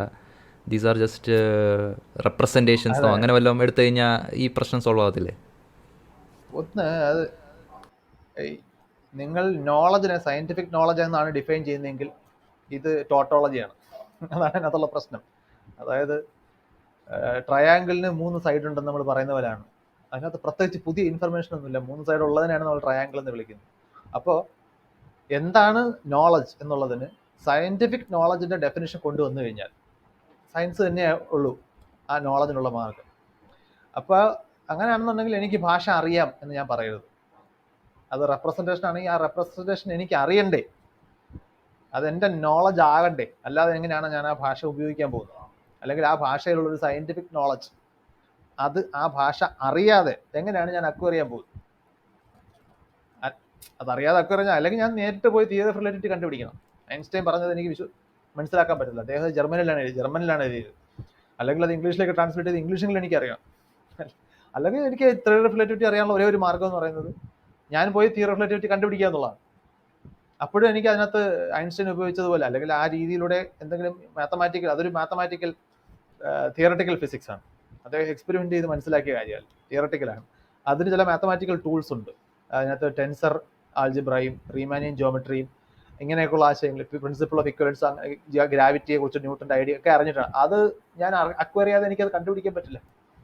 അപ്പോൾ അതുകൊണ്ടാണ് ഞാൻ പറയുന്നത് അത് അറിവായിട്ട് പരിഗണിച്ചേ മാർഗമുള്ളൂ. അല്ലെങ്കിൽ നമ്മൾ അറിവിനെ സയൻറ്റിഫിക് നോളജ് മാത്രമായിട്ട് ഡിഫൈൻ ചെയ്ത് കഴിഞ്ഞാൽ നമ്മൾ പിന്നെ ആ ചെറിയ പ്രശ്നം തന്നെ, രാവിലെ കാപ്പി കുടിച്ചോ എന്ന് ചോദിക്കുമ്പോഴത്തേക്കും എന്താണ് കാപ്പി എന്നനുസരിച്ച് ഉത്തരം മാറും. പലയിടങ്ങളിൽ ആൾക്കാർ കാപ്പി എന്ന് പറയുന്നത് ബ്രേക്ക്ഫാസ്റ്റിനെയാണ്. അപ്പോൾ കാപ്പിയാണ് ബ്രേക്ക്ഫാസ്റ്റ് എന്ന് പറഞ്ഞാൽ നമുക്ക് അങ്ങനെയാണ് പറയുന്നത് ചോദ്യത്തിനർത്ഥം. അത് നമ്മൾ പ്രോപ്പർലി ഡിഫൈൻ ചെയ്യുന്നത് വഴിയാണ് നമ്മൾ പല പ്രശ്നങ്ങൾ പരിഹരിക്കുന്നത്. അല്ലെങ്കിൽ നമുക്കത് അവ്യക്തമാണ്, അറിയാത്ത കാര്യങ്ങളെക്കുറിച്ച് നമ്മൾ മിണ്ടാതിരിക്കുക. അവ്യക്തമുള്ള കാര്യങ്ങളെക്കുറിച്ച് നമ്മൾ ചർച്ച ചെയ്തിട്ട് കാര്യമില്ല. There is no point in debating about things that we do not mutually agree upon. വാക്കുകൾക്ക് നമ്മൾ ഒരേ മീനിങ് ആണ് കൊടുക്കുന്നതെങ്കിലേ ചർച്ചയ്ക്ക് അർത്ഥം. സയൻസും നോൺ സയൻസും തമ്മിലുള്ള ഡിമാർക്കേഷനെ കുറിച്ച് പറഞ്ഞല്ലോ. അപ്പം ഞാൻ പല സയൻസ് പ്രൊപ്പഗേഷൻ അല്ലെങ്കിൽ സയൻസ് പ്രൊപ്പഗേറ്റ് ചെയ്യുന്ന വീഡിയോസിൽ കണ്ടിട്ടുണ്ട്, ഫോൾസിഫയബിലിറ്റി ആണ് ഇതിനെ ഡിമാർക്കേറ്റ് ചെയ്യുന്നത്. ശാസ്ത്രവും കപടശാസ്ത്രവും തമ്മിലുള്ള ഡിമാർക്കേഷൻ എന്ന് പറഞ്ഞു കഴിഞ്ഞാൽ ഫോൾസിഫയബിലിറ്റി ആണ്. പക്ഷെ ഞങ്ങൾ നോക്കുമ്പോൾ ഫോൾസിഫയബിലിറ്റി അങ്ങനെ കറക്റ്റ്ലി ഡിമാർക്കേറ്റ് ചെയ്യുന്നില്ല. പല സൂഡോ സയൻസുകളും ഫോൾസിഫയബിൾ ആണ് എന്ന് കാൾ പോപ്പറിന് ശേഷം ഒരുപാട് പഠനങ്ങൾ അതിൽ വന്നിട്ടുണ്ട് എന്ന് കാണുന്നുണ്ട്. പക്ഷെ എന്നാലും നമ്മുടെ കേരളത്തിൽ ഞാൻ കാണുന്ന മിക്ക സയൻസ് പ്രൊപ്പഗേഷൻ അവിടെയും ഫോൾസിഫയബിലിറ്റി ഡിമാർക്കേറ്റ് ചെയ്യുന്നുണ്ട് എന്ന് പറയുന്നത്. അപ്പോൾ വൈശാഖ് തമ്മിയുടെ ഒപ്പീനിയൻ എന്താ ഇതിൽ? അതായത് കൃത്യമായ ഡിമാർക്കേഷൻ ഇപ്പോഴും അത് കോൾ പേപ്പർ പോലും അത് സെറ്റിൽ ചെയ്തിട്ടില്ല. അതിനങ്ങനെ കൃത്യമായൊരു ഡിമാർക്കേഷൻ വെച്ചിട്ടല്ല, അല്ലെങ്കിൽ 100% കൃത്യമായൊരു ഡിമാർക്കേഷൻ അവിടെ ഇല്ല. പക്ഷേ ഫാൾസിഫയബിലിറ്റി ഒരു മറ്റ് ഈ അതിന് മുമ്പ് പറയുന്ന കുറേ കാര്യങ്ങളുണ്ട്. അതായത് അത് ഒബ്ജക്റ്റീവ് ആണോ, ഇങ്ങനെയൊക്കെയുള്ള കുറേ ക്വസ്റ്റ്യൻസ്, അത് എവിഡൻസിന്റെ പിൻബലമുള്ളതാണോ, പ്രോപ്പർ ഹൈപ്പോത്തസിലൂടെ അത് റിവൈസ് ചെയ്ത് വന്നതാണ്, ആ ഒരു രീതിയിലുള്ള അതിന് പുറമെയാണ് നമ്മൾ പലപ്പോഴും ഫാൾസിഫയബിലിറ്റിയെ പ്ലേസ് ചെയ്യുന്നത്. ഫാൾസിഫയബിലിറ്റിക്ക് അതായത് അതിൻ്റെ ചില അഡ്വാൻറ്റേജ് എന്ന് പറയുന്നത്, നിങ്ങൾ ഒരുപാട് കാര്യങ്ങൾ നമുക്ക് അതിനെ പ്രൂവ് ചെയ്യുന്ന എവിഡൻസ് വെച്ച് ന്യായീകരിക്കാൻ പറ്റും. പക്ഷെ അത് എത്ര എവിഡൻസ് ആണ് നിങ്ങൾക്ക് സഫീഷ്യൻ്റ് ആവുക എന്നൊരു ചോദ്യമുണ്ട്. അതായത് ഞാൻ പറയുകയാണ് അരയന്യങ്ങൾക്കെല്ലാം വെള്ള നിറമാണ് എന്ന് ഞാൻ പറയുന്നു, ഇതൊരു സ്റ്റേറ്റ്മെൻ്റ് ആണ്. ഞാൻ ഈ സ്റ്റേറ്റ്മെൻറ്റ് പറയുമ്പോൾ എത്ര വെള്ള അരയന്യങ്ങളെ കാണിച്ചാലാണ് ഈ സ്റ്റേറ്റ്മെൻറ്റ് പ്രൂഫ് ആകുന്നത്? അതിനേക്കാൾ വളരെ എളുപ്പമാണ് ഒരു കറുത്ത അരയന്നത്തെ കണ്ടുപിടിക്കാൻ പറ്റുമോ എന്ന് അന്വേഷിക്കുന്നു. ഒരു കറുത്ത അരയന്നം മതി അത് തെറ്റിക്കാൻ, ഡിസ്പ്രൂവ് ചെയ്യാൻ. അപ്പോൾ അതുകൊണ്ട് ആ ഒരു സൈഡിൽ നോക്കുമ്പോൾ ഫാൾസിഫയബിലിറ്റി വെച്ച് നമുക്ക് വളരെ പെട്ടെന്ന് ഈ കാര്യം സെറ്റിലാക്കാൻ പറ്റും. അപ്പോൾ അതുകൊണ്ട് until otherwise proved this is true എന്നാണ് നമ്മളെപ്പോഴും പറയുക. നമ്മുടെ എല്ലാ സയന്റിഫിക് തിയറികളും റിവൈസ് ചെയ്യപ്പെടുന്നത് അങ്ങനെ തന്നെയാണ്. അതിൻ്റെ റിവിഷൻ ആവശ്യം വരുന്നത് അതിനെ ഫാൾസിഫൈ ചെയ്യുന്ന ഒരു എക്സാമ്പിൾ വരുമ്പോഴാണ്. അപ്പോൾ അതുകൊണ്ട് ഒരു തിയറി പ്രപ്പോസ് ചെയ്യുന്ന ആളിൻ്റെ മുമ്പിൽ ആ തിയറിയെ കൂടുതൽ സൗണ്ട് ആക്കാനുള്ള ഏറ്റവും പ്രധാനപ്പെട്ട മാർഗങ്ങളിലൊന്ന് അതിനെ ഫാൾസിഫൈ ചെയ്യാനുള്ള പോസിബിലിറ്റി കൂടി ഓപ്പൺ ചെയ്ത് കൊടുക്കുക എന്നുള്ളത്. പക്ഷെ ഇന്നിപ്പോൾ സയൻസിൽ സീരിയസ് ആയിട്ട് എടുക്കുന്ന പല സിദ്ധാന്തങ്ങൾക്ക് ഫാൾസിഫയബിലിറ്റിയിൽ പ്രശ്നമുണ്ട്. പ്രത്യേകിച്ച് വളരെ ഡീപ്പായിട്ടുള്ള തിയറട്ടിക്കൽ ഫിസിക്സിലേക്ക് പോകുമ്പോൾ പലയിടങ്ങളിലും ഫാൾസിഫയബിലിറ്റി പ്രാക്ടിക്കൽ അല്ലാതെ വരും. അപ്പോൾ അങ്ങനത്തെ ഇഷ്യൂസ് അവിടെ നിലനിൽക്കുന്നുണ്ട്. സ്യൂഡോ സയൻസിൽ ചില ഭാഗങ്ങൾ ചിലപ്പോൾ ഫാൾസിഫൈ ചെയ്യാൻ പറ്റിയേക്കും. ആ പ്രശ്നങ്ങൾ അവിടെ ഉണ്ട്. ആ രീതിയിൽ നോക്കുമ്പോൾ ഫാൾസിഫയബിലിറ്റി മാത്രം പോരാ, മറ്റ് സയൻസ് ആക്കുന്ന മറ്റ് പല കാര്യങ്ങളോടും ഒപ്പം ഫാൾസിഫയബിലിറ്റി കൂടി നമുക്ക് പെട്ടെന്ന് കാര്യം സാധിക്കാൻ ഉപയോഗിക്കാം എന്നേ ഉള്ളൂ. അതൊരു ആഡഡ് അഡ്വാൻറ്റേജ് ആണ്. പക്ഷേ അതൊരു നെസസറി ആൻഡ് സഫീഷ്യൻറ്റ് കണ്ടീഷൻ എന്ന് നമുക്ക് പറയാൻ പറ്റത്തില്ല. അത് നെസസറി ആണെന്ന് പറയാം, ചിലപ്പോൾ സഫീഷ്യൻ്റ് ആയിക്കോണം. പക്ഷെ ഭൂരിഭാഗം കേസുകളിൽ സഫീഷ്യൻ്റ് ആണ്. നമ്മൾ ഭൂരിഭാഗം കേസ് അല്ലാതെ ഭൂരിഭാഗം കേസിൽ അങ്ങനെ തന്നെയാണ്. നമ്മൾ അതായത് ഇതിൻ്റെ ഒരു പ്രാക്ടിക്കൽ സൈഡാണ് നമ്മൾ സംസാരിക്കുന്നുണ്ടെങ്കിൽ പക്ഷേ ഇത്രയും ഫിലോസഫിക്കലായിട്ടുള്ള ഡയലമകളൊന്നും അവിടെ വരുന്നില്ല. കാരണം ഇതൊക്കെ നമ്മളെപ്പോഴും ഈ കൂടുതൽ എക്സോട്ടിക് ആയിട്ടുള്ള സിറ്റുവേഷൻസിലേക്ക് പോകുമ്പോഴാണ് വലിയ ഇഷ്യൂസ് ഉണ്ടാകുന്നത്. അപ്പോൾ നമ്മുടെ നോളജ് എന്താണെന്ന ചോദ്യത്തിന് ഉത്തരത്തിലൊക്കെ അങ്ങനെയാണ്. ഇപ്പോൾ ഗെറ്റിയർ പ്രോബ്ലംസ് എന്നൊക്കെ പറഞ്ഞു കഴിഞ്ഞാൽ അങ്ങനെ പോകും അത്. ഓക്കെ. പിന്നെ ഇതൊന്ന് പറഞ്ഞില്ലായിരുന്നു ഈ വെളുത്തരയണങ്ങളുടെ സംഭവം. വെളുത്തരയണങ്ങൾ നമ്മൾ എത്ര വെളുത്തരയണങ്ങളുണ്ടെന്ന് കണ്ടുപിടിക്കുന്നതിലും നല്ലത് ഒരു കറുത്ത അരയണം ഉണ്ടോയെന്നാണ്. അപ്പോൾ അതിൻ്റെ ഒരു റിവേഴ്സ് ഞാൻ എക്സാമ്പിൾ വായിച്ചത്. ഇപ്പോൾ പോസിട്രോൺ എന്നൊരു പാർട്ടികളുണ്ട് എന്ന് പറഞ്ഞു കഴിഞ്ഞാൽ അത് ഇല്ലയെന്ന് പറയുന്നതിലും എളുപ്പമാണ് അത് ഉണ്ടെന്ന് കണ്ടുപിടിക്കുന്നത്. അപ്പം അവിടെ നമ്മൾ റിവേഴ്സ് ആണെന്ന് നമ്മൾ ചെയ്യുന്നതെന്ന് അവിടെ നമ്മൾ വെരിഫിക്കേഷനാണ് ചെയ്യുന്നത്, ഫോൾസിഫയബിലിറ്റി അല്ല ചെയ്യുന്നത് എന്നൊരു സംഭവം. പ്രത്യേകിച്ച് അതൊരു ഫെമിലിയർ ഒരു statement, knowing what it is എന്നുള്ളതാണ്. അങ്ങനെ ഒരു സംഗതി ഉണ്ട് എന്നാണ് പറയുന്നുണ്ടെങ്കിൽ അത് ഇല്ലാന്ന് തെളിയിക്കുന്നതിനേക്കാളും എപ്പോഴും എളുപ്പം അതുണ്ട് എന്നുള്ളതിന് തെളിവ് കൊണ്ടുവരിക എന്നുള്ളതാണ്. നമ്മൾ ബർഡൻ ഓഫ് പ്രൂഫിന്റെ വെയിറ്റ് നോക്കുമ്പോൾ ആ സൈഡിലാണ് വെയിറ്റ് കുറവ്. അതെപ്പോഴും അങ്ങനെ തന്നെയാണ്. ഈ പല ടൈപ്പ് നോളജുകളുണ്ടല്ലോ. നമ്മളിപ്പോൾ പറയുന്നത് ഈ പറയുന്നതല്ല, ഈ വാട്ട് ഈസ് എന്ന ചോദ്യത്തിന് ഉത്തരം വരുന്ന നോളജുകളാണ്. ഹൗ ചോദ്യങ്ങൾക്കാണ് പലപ്പോഴും ഈ പ്രശ്നം വരുന്നത്. ഓക്കെ ഓക്കെ ഇനി എനിക്ക് ഈ ശാസ്ത്രം നോക്കി പൊളിറ്റിക്കൽ ഒപ്പീനിയൻസ് നമ്മൾ എടുക്കുന്ന ഒരു ടെൻഡൻസി. ഇപ്പോൾ ഉദാഹരണത്തിന് സ്റ്റാറ്റിസ്റ്റിക്കലി നമ്മൾ നോക്കുമ്പോൾ ഈ ഇന്ത്യ മഹാരാജ്യത്ത് ഇന്ന ജാതിയിൽപ്പെട്ടവരാണ് ജയിലിലുള്ളത്, ഒരു സ്റ്റാറ്റിസ്റ്റിക്കൽ ഡേറ്റയാണ്. അപ്പോൾ പിന്നെ അവർ ക്രിമിനൽസാണ്, മനസ്സിലായോ? അങ്ങനെ ഒരു പൊളിറ്റിക്കൽ സ്റ്റേറ്റ്മെൻറ്റ്സ് വെക്കുന്ന ഒരു ടെൻഡൻസി എനിക്ക് ഈ യുക്തിവാദ സർക്കിളിലും അങ്ങനെ ഉണ്ടെന്ന് എനിക്ക് ഫീൽ ചെയ്തിട്ടുണ്ട്. വൈശാഖ് തമ്മിൽ അങ്ങനെ റീഡ് ചെയ്യുന്നതിനുള്ള പ്രശ്നങ്ങൾ എന്താണ് എന്നൊന്ന് പറയാമല്ലേ? എനിക്കതൊരു പ്രശ്നമായിട്ട് തോന്നുന്നത്. ആദ്യം വൈശാഖ് തമ്മിൽ അത് പ്രശ്നമായിട്ട് തോന്നുന്നുണ്ടോ? First question. സെക്കൻഡ് ക്വസ്റ്റ്യൻ ആണെങ്കിൽ വലിയ പ്രശ്നമാണ്. അത് വലിയ പ്രശ്നമാണ്. കാരണം ആഹ്, ഈ പൊളിറ്റിക്കൽ റീഡിങ്ങിനകത്ത് ശരിയും ശരികേടും വരുന്നത് ഒരു മ്യൂച്വൽ എഗ്രിമെന്റിന്റെ ബേസിലാണ്. ആ എഗ്രിമെന്റ് നമ്മൾ ഹിസ്റ്റോറിക്കലായിട്ട് പലപ്പോഴും ഇവോൾവ് ചെയ്ത് വന്ന ശരിയും ശരി തെറ്റുമാണ്. ഇപ്പോൾ ഈക്വാലിറ്റി എന്ന് പറയുന്ന ഐഡിയ നമ്മൾ ഹമ്മുറാബി കോട്ടിനെ കുറിച്ചൊക്കെ പറയുമ്പോൾ അതിന് മുമ്പൊന്നും അങ്ങനെ ഒരു ആശയത്തിന്റെ ആവശ്യമേ വന്നിട്ടില്ല, അങ്ങനെ ആരും ചിന്തിച്ചിട്ടില്ല. അപ്പോൾ നമ്മൾ സയൻസിന്റെ കണ്ണിലൂടെ നോക്കിക്കഴിഞ്ഞാൽ മനുഷ്യർ ഈക്വൽ അല്ല എന്ന് തെളിയിക്കാനാണ് കൂടുതൽ എളുപ്പം. അതായത് ഐഡന്റിക്കൽ ടിൻസിനെ നമുക്ക് കണ്ടാൽ തിരിച്ചറിയില്ല, പക്ഷേ സയന്റിഫിക് ടൂൾസ് ഉപയോഗിച്ച് അവർ തമ്മിലുള്ള വ്യത്യാസം നമുക്ക് കണ്ടുപിടിക്കാൻ പറ്റും. അപ്പോൾ സയൻസിന് കുറച്ചുകൂടി എളുപ്പം ഈ ഡിഫറൻസ് കണ്ടുപിടിക്കാനാണ്. അതേസമയം നമുക്ക് ഗ്രാൻഡ് സ്കെയിലുള്ള സിമിലാരിറ്റീസും കണ്ടുപിടിക്കാൻ പറ്റും. നമ്മൾ എന്തിനു വേണ്ടിയിട്ടാണ് നമ്മൾ അന്വേഷിക്കുന്നതനുസരിച്ച്. പക്ഷേ പൊളിറ്റിക്സ് എന്ന് പറയുന്നത് സയൻസിൽ ഈ എന്തൊക്കെയാണ് സയൻസിന് ഉത്തരം കണ്ടെത്തുന്നതെങ്കിലും സയൻസിന്റെ ബേസിക് സ്വഭാവം എന്ന് പറയുന്നത് ഇത് ഡിസ്ക്രിപ്റ്റീവ് ആണ് എന്നുള്ളതാണ്. ഇറ്റ് സെയ്സ് ഇങ്ങനെയാണ് കാര്യങ്ങൾ. അതാണ് സയൻസിന്റെ. ഒരു ടെക്സ്റ്റ് ബുക്കിലും ഇങ്ങനെ വേണം അങ്ങനെ പാടില്ല എന്ന് പറയില്ല. സയൻസിന്റെ ഭാഷ അതല്ല, സയൻസിന്റെ രീതി അതല്ല. അത്തരം രീതി വരുന്നത് പൊളിറ്റിക്സിലാണ്. പിന്നെ റിലിജനിലൊക്കെ ഓഫ് കോഴ്സ് അങ്ങനെയാണ്, ഡൂസ് ആൻഡ് ഡോൺസ് ആണ് എപ്പോഴും പറയുക. പൊളിറ്റിക്സിൽ അത് വരും. ഇത് കൊലപാതകം ക്രിമിനൽ കുറ്റമാണ്. നമ്മുടെ എല്ലാം ഡൂസ് ആൻഡ് ഡോൺസ്. നമ്മുടെ IPC-യും CRPC ഒക്കെ എടുത്തു കഴിഞ്ഞാൽ മുഴുവൻ പാടില്ല ഇത് എന്നുള്ളതാണ്. എന്ത് പാടില്ല, എന്ത് ചെയ്താൽ എന്ത് ശിക്ഷ, ഇതാണല്ലോ നമ്മൾ പറയാം. ഇത് നമ്മൾ ഫാക്റ്റിന്റെ അടിസ്ഥാനത്തിൽ നമ്മൾ എടുക്കുന്ന മോറൽ സ്റ്റാൻഡാണ്. അത് നമ്മളുടെ ചിലപ്പോൾ ഒരു വ്യക്തിയുടെ സ്റ്റാൻഡ് ആയിക്കൊള്ളണമെന്നില്ല. അത് എന്ത് സ്റ്റാൻഡാണ് കളക്റ്റീവ്ലി നന്നായിരിക്കുന്നത് എന്ന ഒരു തിരിച്ചറിവിന്റെ അടിസ്ഥാനത്തിൽ കാലങ്ങൾ കൊണ്ട് പതിയെയും സമൂഹത്തിൽ ഇവോൾവ് ചെയ്താണ്. ജനാധിപത്യത്തിന് അത്ര പഴക്കമൊന്നുമില്ല, നമുക്കറിയാം. ഇപ്പോഴും ജനാധിപത്യം ഇല്ലാത്ത ഒരുപാട് നാടുകൾ നമ്മുടെ ലോകത്തുണ്ട്, നമുക്കറിയാം. അപ്പോൾ അങ്ങനെ ഉണ്ടായി വന്നതാണ്. നമ്മളൊരു ജനാധിപത്യ രാജ്യത്തിൽ ഇരുന്നു കൊണ്ട് നമ്മൾ ആ ഒരു ജനാധിപത്യം തന്നെയാണ് ശീലിച്ചു വന്നതെന്നുള്ളതുകൊണ്ട് ഈ പശ്ചാത്തലത്തിൽ എഴുതുകൊണ്ട് നമ്മൾ ഇത്തരം ഗ്രാൻഡ് സ്റ്റേറ്റ്മെന്റ്സ് നടത്തുമ്പോൾ ഇതെല്ലാം അങ്ങ് ഇതെല്ലാം എവിടുന്നോ ഗോഡ് ഗിവൺ ആണെന്ന് മറ്റുള്ള ആൾക്കാർ സംസാരിച്ചു കളയും. ഇക്വാലിറ്റി ഒരു ദിവസം എല്ലാവരും കൂടെ അങ്ങ് അംഗീകരിച്ചാൽ ഇല്ല, ഇന്ന് അംഗീകരിച്ചിട്ടില്ല. നമ്മൾ ലോയിൽ എഴുതി വെച്ചിട്ടുണ്ടെന്നേ ഉള്ളൂ, നമ്മൾ അംഗീകരിച്ചിട്ടില്ല. നമ്മൾ എന്താണ് സിറ്റിസൺ, നമ്മുടെ ഫണ്ടമെന്റൽ റൈറ്റ്സിനെ കുറിച്ച് നമുക്കറിയില്ല, നമുക്ക് നമ്മുടെ ഡ്യൂട്ടീസിനെ കുറിച്ച് നമുക്കറിയില്ല. നമ്മളിതൊക്കെ ഉണ്ടെന്ന് പറയുന്നതല്ലാതെ അത് ഒരാളുടെ കുഴപ്പമല്ല. കാരണം അതങ്ങനെയാണ്. എല്ലാവർക്കും ഒരാൾക്ക് മുഴുവൻ ഓർത്തിരിക്കാനോ മനസ്സിലാക്കിയെടുക്കാനോ കഴിയുന്നതിന് അപ്പുറത്തേക്ക് മനുഷ്യർ ചട്ടങ്ങൾ ഉണ്ടാക്കിയിട്ടുണ്ട്, നിയമങ്ങൾ ഉണ്ടാക്കിയിട്ടുണ്ട്. അതെല്ലാം പക്ഷെ അതിന്റെ ഒറിജിൻ അത് മനുഷ്യൻ ഉണ്ടാക്കിയെടുത്തതാണ്. അതിന്റെ അടിസ്ഥാനത്തിലാണ് നമ്മൾ പൊളിറ്റിക്കൽ സ്റ്റാൻഡ് എടുക്കുന്നത്. പൊളിറ്റിക്കൽ സ്റ്റാൻഡ് ഒരു ഒപ്പീനിയനാണ്. It works on what you want. നിങ്ങൾക്ക് എന്താണ് താല്പര്യം, എന്ത് നടക്കണമെന്നാണ് നിങ്ങൾ ആഗ്രഹം, അതിന്റെ അടിസ്ഥാനത്തിലാണ് നിങ്ങളുടെ സ്റ്റാൻഡ് വരുന്നത്.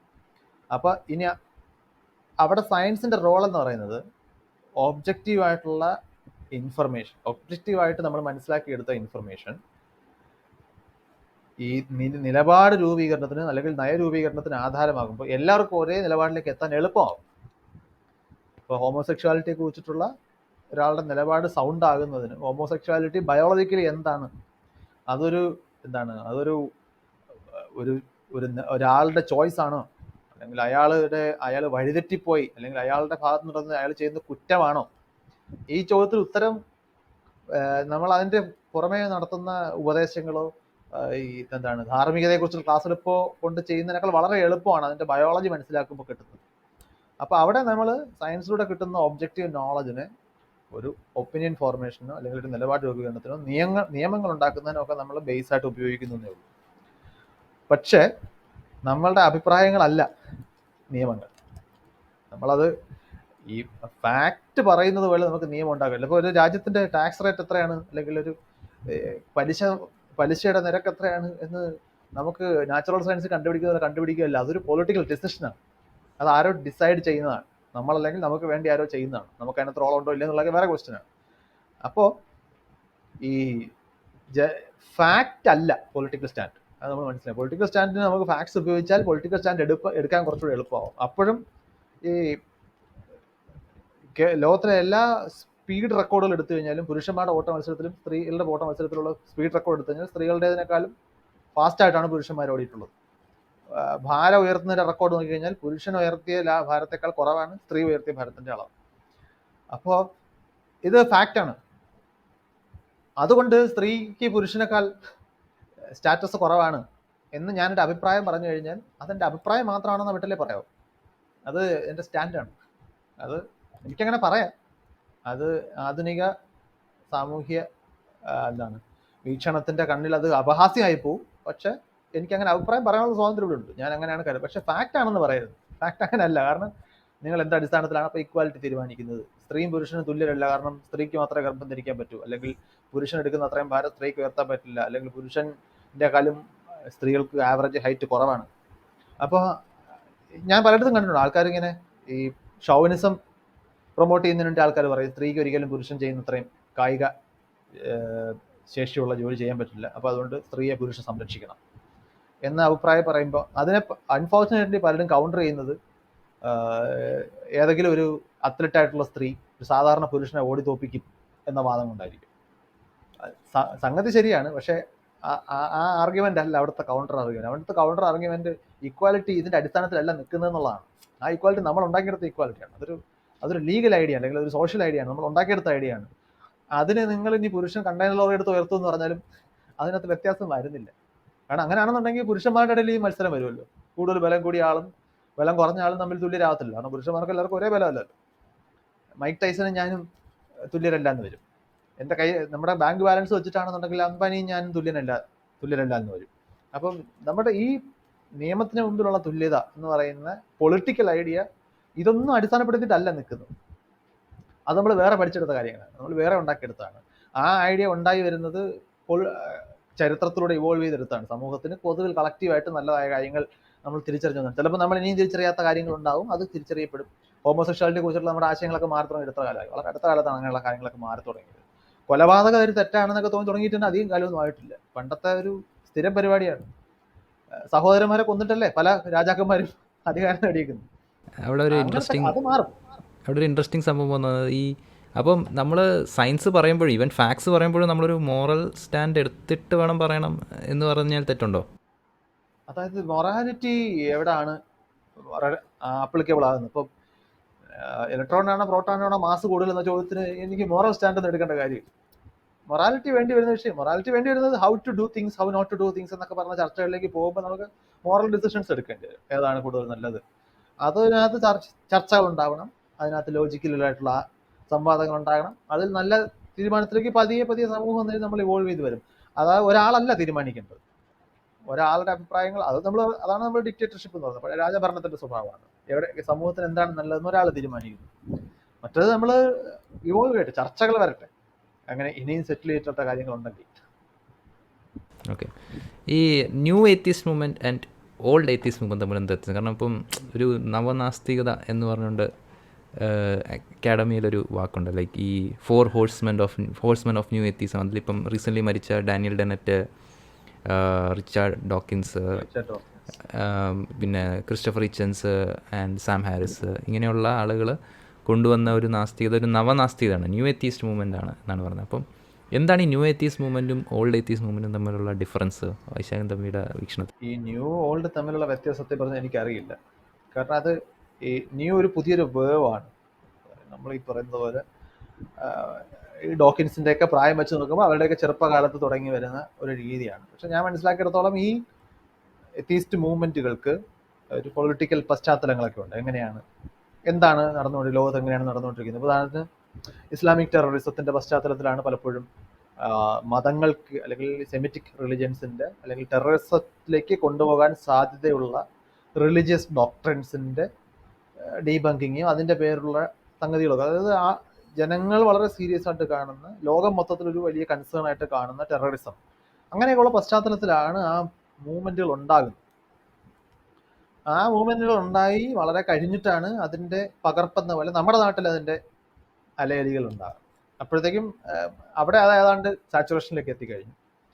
അപ്പോൾ നമ്മളെ സംബന്ധിച്ചിടത്തോളം നമ്മുടെ നാട്ടിൽ കേരളത്തിൽ നടന്ന ന്യൂ ഏജ് എത്തീസ്റ്റ് മൂവ്മെന്റുകളുടെ പ്രത്യേകത അതിന് ഈ സോഷ്യൽ മീഡിയ റെവല്യൂഷനോടൊപ്പമാണ് സംഭവിച്ചെന്നുള്ളതാണ്. അല്ലെങ്കിൽ സോഷ്യൽ മീഡിയ റെവല്യൂഷനാണ് അതിനെ നല്ലൊരു പരിധി വരെ അപ്ലിഫ്റ്റ് ചെയ്തത്.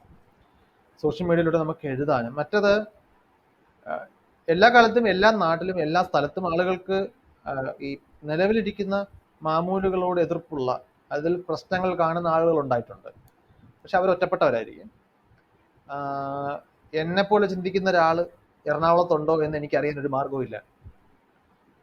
പക്ഷെ സോഷ്യൽ മീഡിയ വരുമ്പോൾ അയാൾ അവിടെ നിന്നൊരു പോസ്റ്റ് ഇടുമ്പോൾ എനിക്ക് ഇവിടെ നിന്ന് കാണാൻ പറ്റുകയും എന്നെപ്പോലെ ചിന്തിക്കുന്ന ഒരാൾ എറണാകുളത്തുണ്ടെന്ന് ഞാൻ ഇൻസ്റ്റന്റ്ലി ഐഡന്റിഫൈ ചെയ്യും, അയാളുമായിട്ട് വളരെ പെട്ടെന്ന് എനിക്ക് കണക്ട് കഴിയാനും പറ്റുന്ന ഒരു സാഹചര്യം ഓപ്പൺ ആവും. അങ്ങനെയാണെങ്കിൽ വളരെ പെട്ടെന്ന് നമുക്ക് ഈ ഫ്രീ തിങ്കേഴ്സ് എന്നോ റാഷണലിസ്റ്റുകളെന്നോ ഒക്കെ വിളിക്കുന്ന ഗ്രൂപ്പുകൾ ഉണ്ടാക്കാൻ എളുപ്പമാകാം. നമ്മുടെ നാട്ടിലെ പഴയ യുക്തിവാദി സംഘങ്ങൾ അത്ര എളുപ്പത്തിലുണ്ടായവയല്ല. അത് ഒരുപാട് പേര് നിലത്തിറങ്ങി ഒരുപാട് പേരുടെ ചീത്തവിളിയും തല്ലും ഒക്കെ കൊണ്ടിട്ടാണ് ഉണ്ടാക്കിയത്. അപ്പോൾ നമ്മുടെ നാട്ടിൽ ന്യൂ ഏജ് മൂവ്മെന്റിലേക്ക് വരുമ്പോൾ അത് താരതമ്യേന എളുപ്പമായി, താരതമ്യേന അത് പ്രകടിപ്പിക്കാനും ഒരു പരിധിവരെ അത് ഫാഷനബിൾ ആണെന്ന് തോന്നിപ്പിക്കാനും ഒക്കെ നമുക്ക് സാധിച്ചു. പ്രത്യേകിച്ച് നമ്മൾ എത്തി നിൽക്കുന്ന ഒരു എക്കണോമിക് വെൽബീയിങ് ഉണ്ട്. പണ്ടില്ലാതിരുന്ന ഒരു സമൃദ്ധിയുടെ കാലത്താണ് നമ്മൾ ജീവിക്കുന്നത്. അപ്പൊ അത്തരം സാഹചര്യങ്ങളിൽ നമ്മളുടെ, അതായത് പണ്ടുണ്ടായിരുന്ന ഇൻസെക്യൂരിറ്റീസും അത്രയും അളവിൽ ഇപ്പോൾ ഇല്ല. അപ്പൊ സ്വാഭാവികമായിട്ട് അങ്ങനെ വരുമ്പോൾ ഈ മതങ്ങൾ പോലുള്ള പല കാര്യങ്ങളുടെയും പ്രാധാന്യം കുറയും. നമ്മൾ ഡെവലപ്ഡ് എന്ന് പറയുന്ന കൺട്രികളിലേക്ക് നോക്കിക്കഴിഞ്ഞാൽ നമുക്ക് കാണാം മതം എത്രത്തോളം അവിടെ ഇറലവൻ്റ് ആയിട്ട് മാറുന്നുണ്ട്. ചിലയിടങ്ങളിൽ വളരെ പെട്ടെന്ന് എക്കണോമിക്ക് മാത്രമായിട്ടുള്ള കാരണങ്ങൾ കൊണ്ട് വന്ന ഡെവലപ്മെന്റ് ഉള്ള സ്ഥലങ്ങളുണ്ട്. അവിടെ എക്സെപ്ഷൻസ് ആയിരിക്കും. അല്ലാത്ത രീതിയിൽ സാമൂഹിക മൂവ്മെന്റുകളിലൂടെയൊക്കെ ഡെവലപ്മെന്റിലേക്ക് വന്ന സ്ഥലങ്ങളിൽ നമ്മൾ നോക്കിക്കഴിഞ്ഞാൽ അവിടെ മതം വളരെ പെട്ടെന്ന് ഇറലവൻ്റ് ആയിട്ട് കാണാൻ പറ്റും. അപ്പൊ സ്വാഭാവികമായിട്ടും നമ്മൾ ഒരു പഴയ ഒരു കാലത്തെ അപേക്ഷിച്ച് കൂടുതൽ പ്രോസ്പർ ആയിട്ടുള്ള ഒരു സൊസൈറ്റി ജീവിക്കുന്ന ആളുകൾക്ക് ഈ ഒരു മൂവ്മെന്റിനെ ഉൾക്കൊള്ളാനും താരതമ്യേന എളുപ്പമാണ്. കാരണം അത് വളരെ പെട്ടെന്ന് എവിഡന്റ് ആവും. മതം നിൽക്കുന്നത് നമ്മൾ നോക്കിക്കഴിഞ്ഞാൽ മതവിശ്വാസം, ദൈവവിശ്വാസം പോലുള്ള കാര്യങ്ങൾ ലോജിക്കിലൂടെ അന്വേഷിക്കാൻ പോയി കഴിഞ്ഞാൽ വളരെ പ്രാഥമികമായ ലോജിക്ക് കൊണ്ട് തന്നെ ഡീബഗ് ചെയ്യാൻ കഴിയുന്ന കാര്യങ്ങളാണ് അതിനെ സപ്പോർട്ട് ചെയ്യുന്നത് നമുക്ക് കാണാൻ പറ്റും. എന്നിട്ടും അത് നിലനിന്ന് പോകുന്നതിന് കാരണം അത് വേറെ ചില ഇമോഷണൽ കാര്യങ്ങളുമായിട്ട് കൂടിപ്പിണഞ്ഞ് കിടക്കുന്നതുകൊണ്ടാണ്. അപ്പോൾ ആളുകൾ അവരുടെ ജീവിതത്തിൽ വലിയ വലിയ പ്രശ്നങ്ങൾ ഉണ്ടാകുമ്പോൾ അല്ലെങ്കിൽ ഇത്തരം അരക്ഷിതാവസ്ഥകൾ ഉണ്ടാകുമ്പോൾ അറിയാതെ ചെന്ന് പീടുന്ന ചില സ്ഥലങ്ങളാണ് മത ഗ്രൂപ്പുകളും ദൈവവിശ്വാസവും പോലുള്ള കാര്യം. അത് പോകുമ്പോൾ പൊതുവെ ദൈവത്തെ, അതായത് നമ്മുടെ കൺട്രോളിലല്ലാത്ത കാര്യങ്ങൾ എത്തുമ്പോൾ നമ്മൾ അതീന്ദ്രിയമായിട്ടുള്ള കാര്യങ്ങളിലേക്ക് സ്വാഭാവികമായിട്ട് ഡിപ്പെൻഡ് ചെയ്ത് പോകും. നമ്മുടെ കൺട്രോളുള്ള കാര്യങ്ങൾ അങ്ങനെയല്ല. ഇപ്പം ഞാൻ ചായ ഇട്ടുകൊണ്ടിരിക്കുമ്പോൾ എനിക്ക് ദൈവത്തെ വിളിക്കേണ്ട കാര്യമില്ല ചായ നന്നാവാൻ, കാരണം അതെൻ്റെ കയ്യിലാണ് ഉള്ളത്. നേരെ മറിച്ച് ഞാൻ ചായപാത്രം അടുപ്പത്ത് വെച്ചിട്ട് അത് മറന്ന് പുറത്തു പോയി ആരുടെ സംസാരിച്ച് നിന്നുപോയി, അപ്പോഴാണ് ഞാൻ ആലോചിച്ചത് പാത്രം അടുപ്പത്തിരിക്കുകയാണ്. അപ്പം ഞാൻ ചിലപ്പോൾ ദൈവത്തെ വിളിക്കും, പണി പാളിയോ, കാരണം അതെൻ്റെ കൺട്രോളിലല്ലാത്ത കാര്യങ്ങളിലേക്ക് പോയി. അപ്പൊ അതാ ഞാൻ പറഞ്ഞു വന്നത്, നമ്മൾ ഈ എന്തുകൊണ്ട് പുതിയ കാലഘട്ടത്തിൽ യുക്തിവാദം അല്ലെങ്കിൽ ഈ പറയുന്നത് പോലെ ഇതിനെ തള്ളി മതനിരാസവും അവിശ്വാസവും ഒക്കെ കൂടുതൽ പേർക്ക് അത് ഉൾക്കൊള്ളുന്നത് എളുപ്പമായി എന്നതിൻ്റെ ഒരു നിരീക്ഷണമാണ് ഞാൻ ഈ പറഞ്ഞത്. അപ്പൊ അങ്ങനെയാണ് നമ്മുടെ നാട്ടിലെ ന്യൂ ഏജ് എത്തീസ്റ്റ് മൂവ്മെന്റുകൾ സ്ട്രോങ് ആയത്. അതുപോലെ സോഷ്യൽ മീഡിയയും ഡിജിറ്റൽ കമ്മ്യൂണിക്കേഷൻ ടെക്നോളജി ഒക്കെ വലുതപ്പം ഈ പരസ്പരം കണക്ട് ചെയ്യലും കളക്ട് ചെയ്യലും കോർഡിനേറ്റ് ചെയ്യലും ഒക്കെ വളരെ എളുപ്പമായി. പെട്ടെന്ന് നമ്മൾ എത്ര പോസ്റ്റർ എത്ര രൂപ ചെലവാക്കി അടിച്ച് എത്ര ആൾക്കാർ നടന്നൊട്ടിച്ചാലാണ് ഒരു സമ്മേളനത്തെക്കുറിച്ച് ഒരു കാലത്ത് കുറച്ച് ആൾക്കാരെ നമുക്ക് അറിയിക്കാൻ പറ്റുന്നത്. ഇപ്പൊ നമുക്ക് ഒരു കാർഡ് ഉണ്ടാക്കിയിട്ട് 10 വാട്സാപ്പ് ഗ്രൂപ്പിലേക്ക് വിട്ട് കഴിഞ്ഞാൽ ഇൻസ്റ്റന്റ്ലി ഒരുപാട് പേര് ഒരേ സമയത്ത് അറിയും.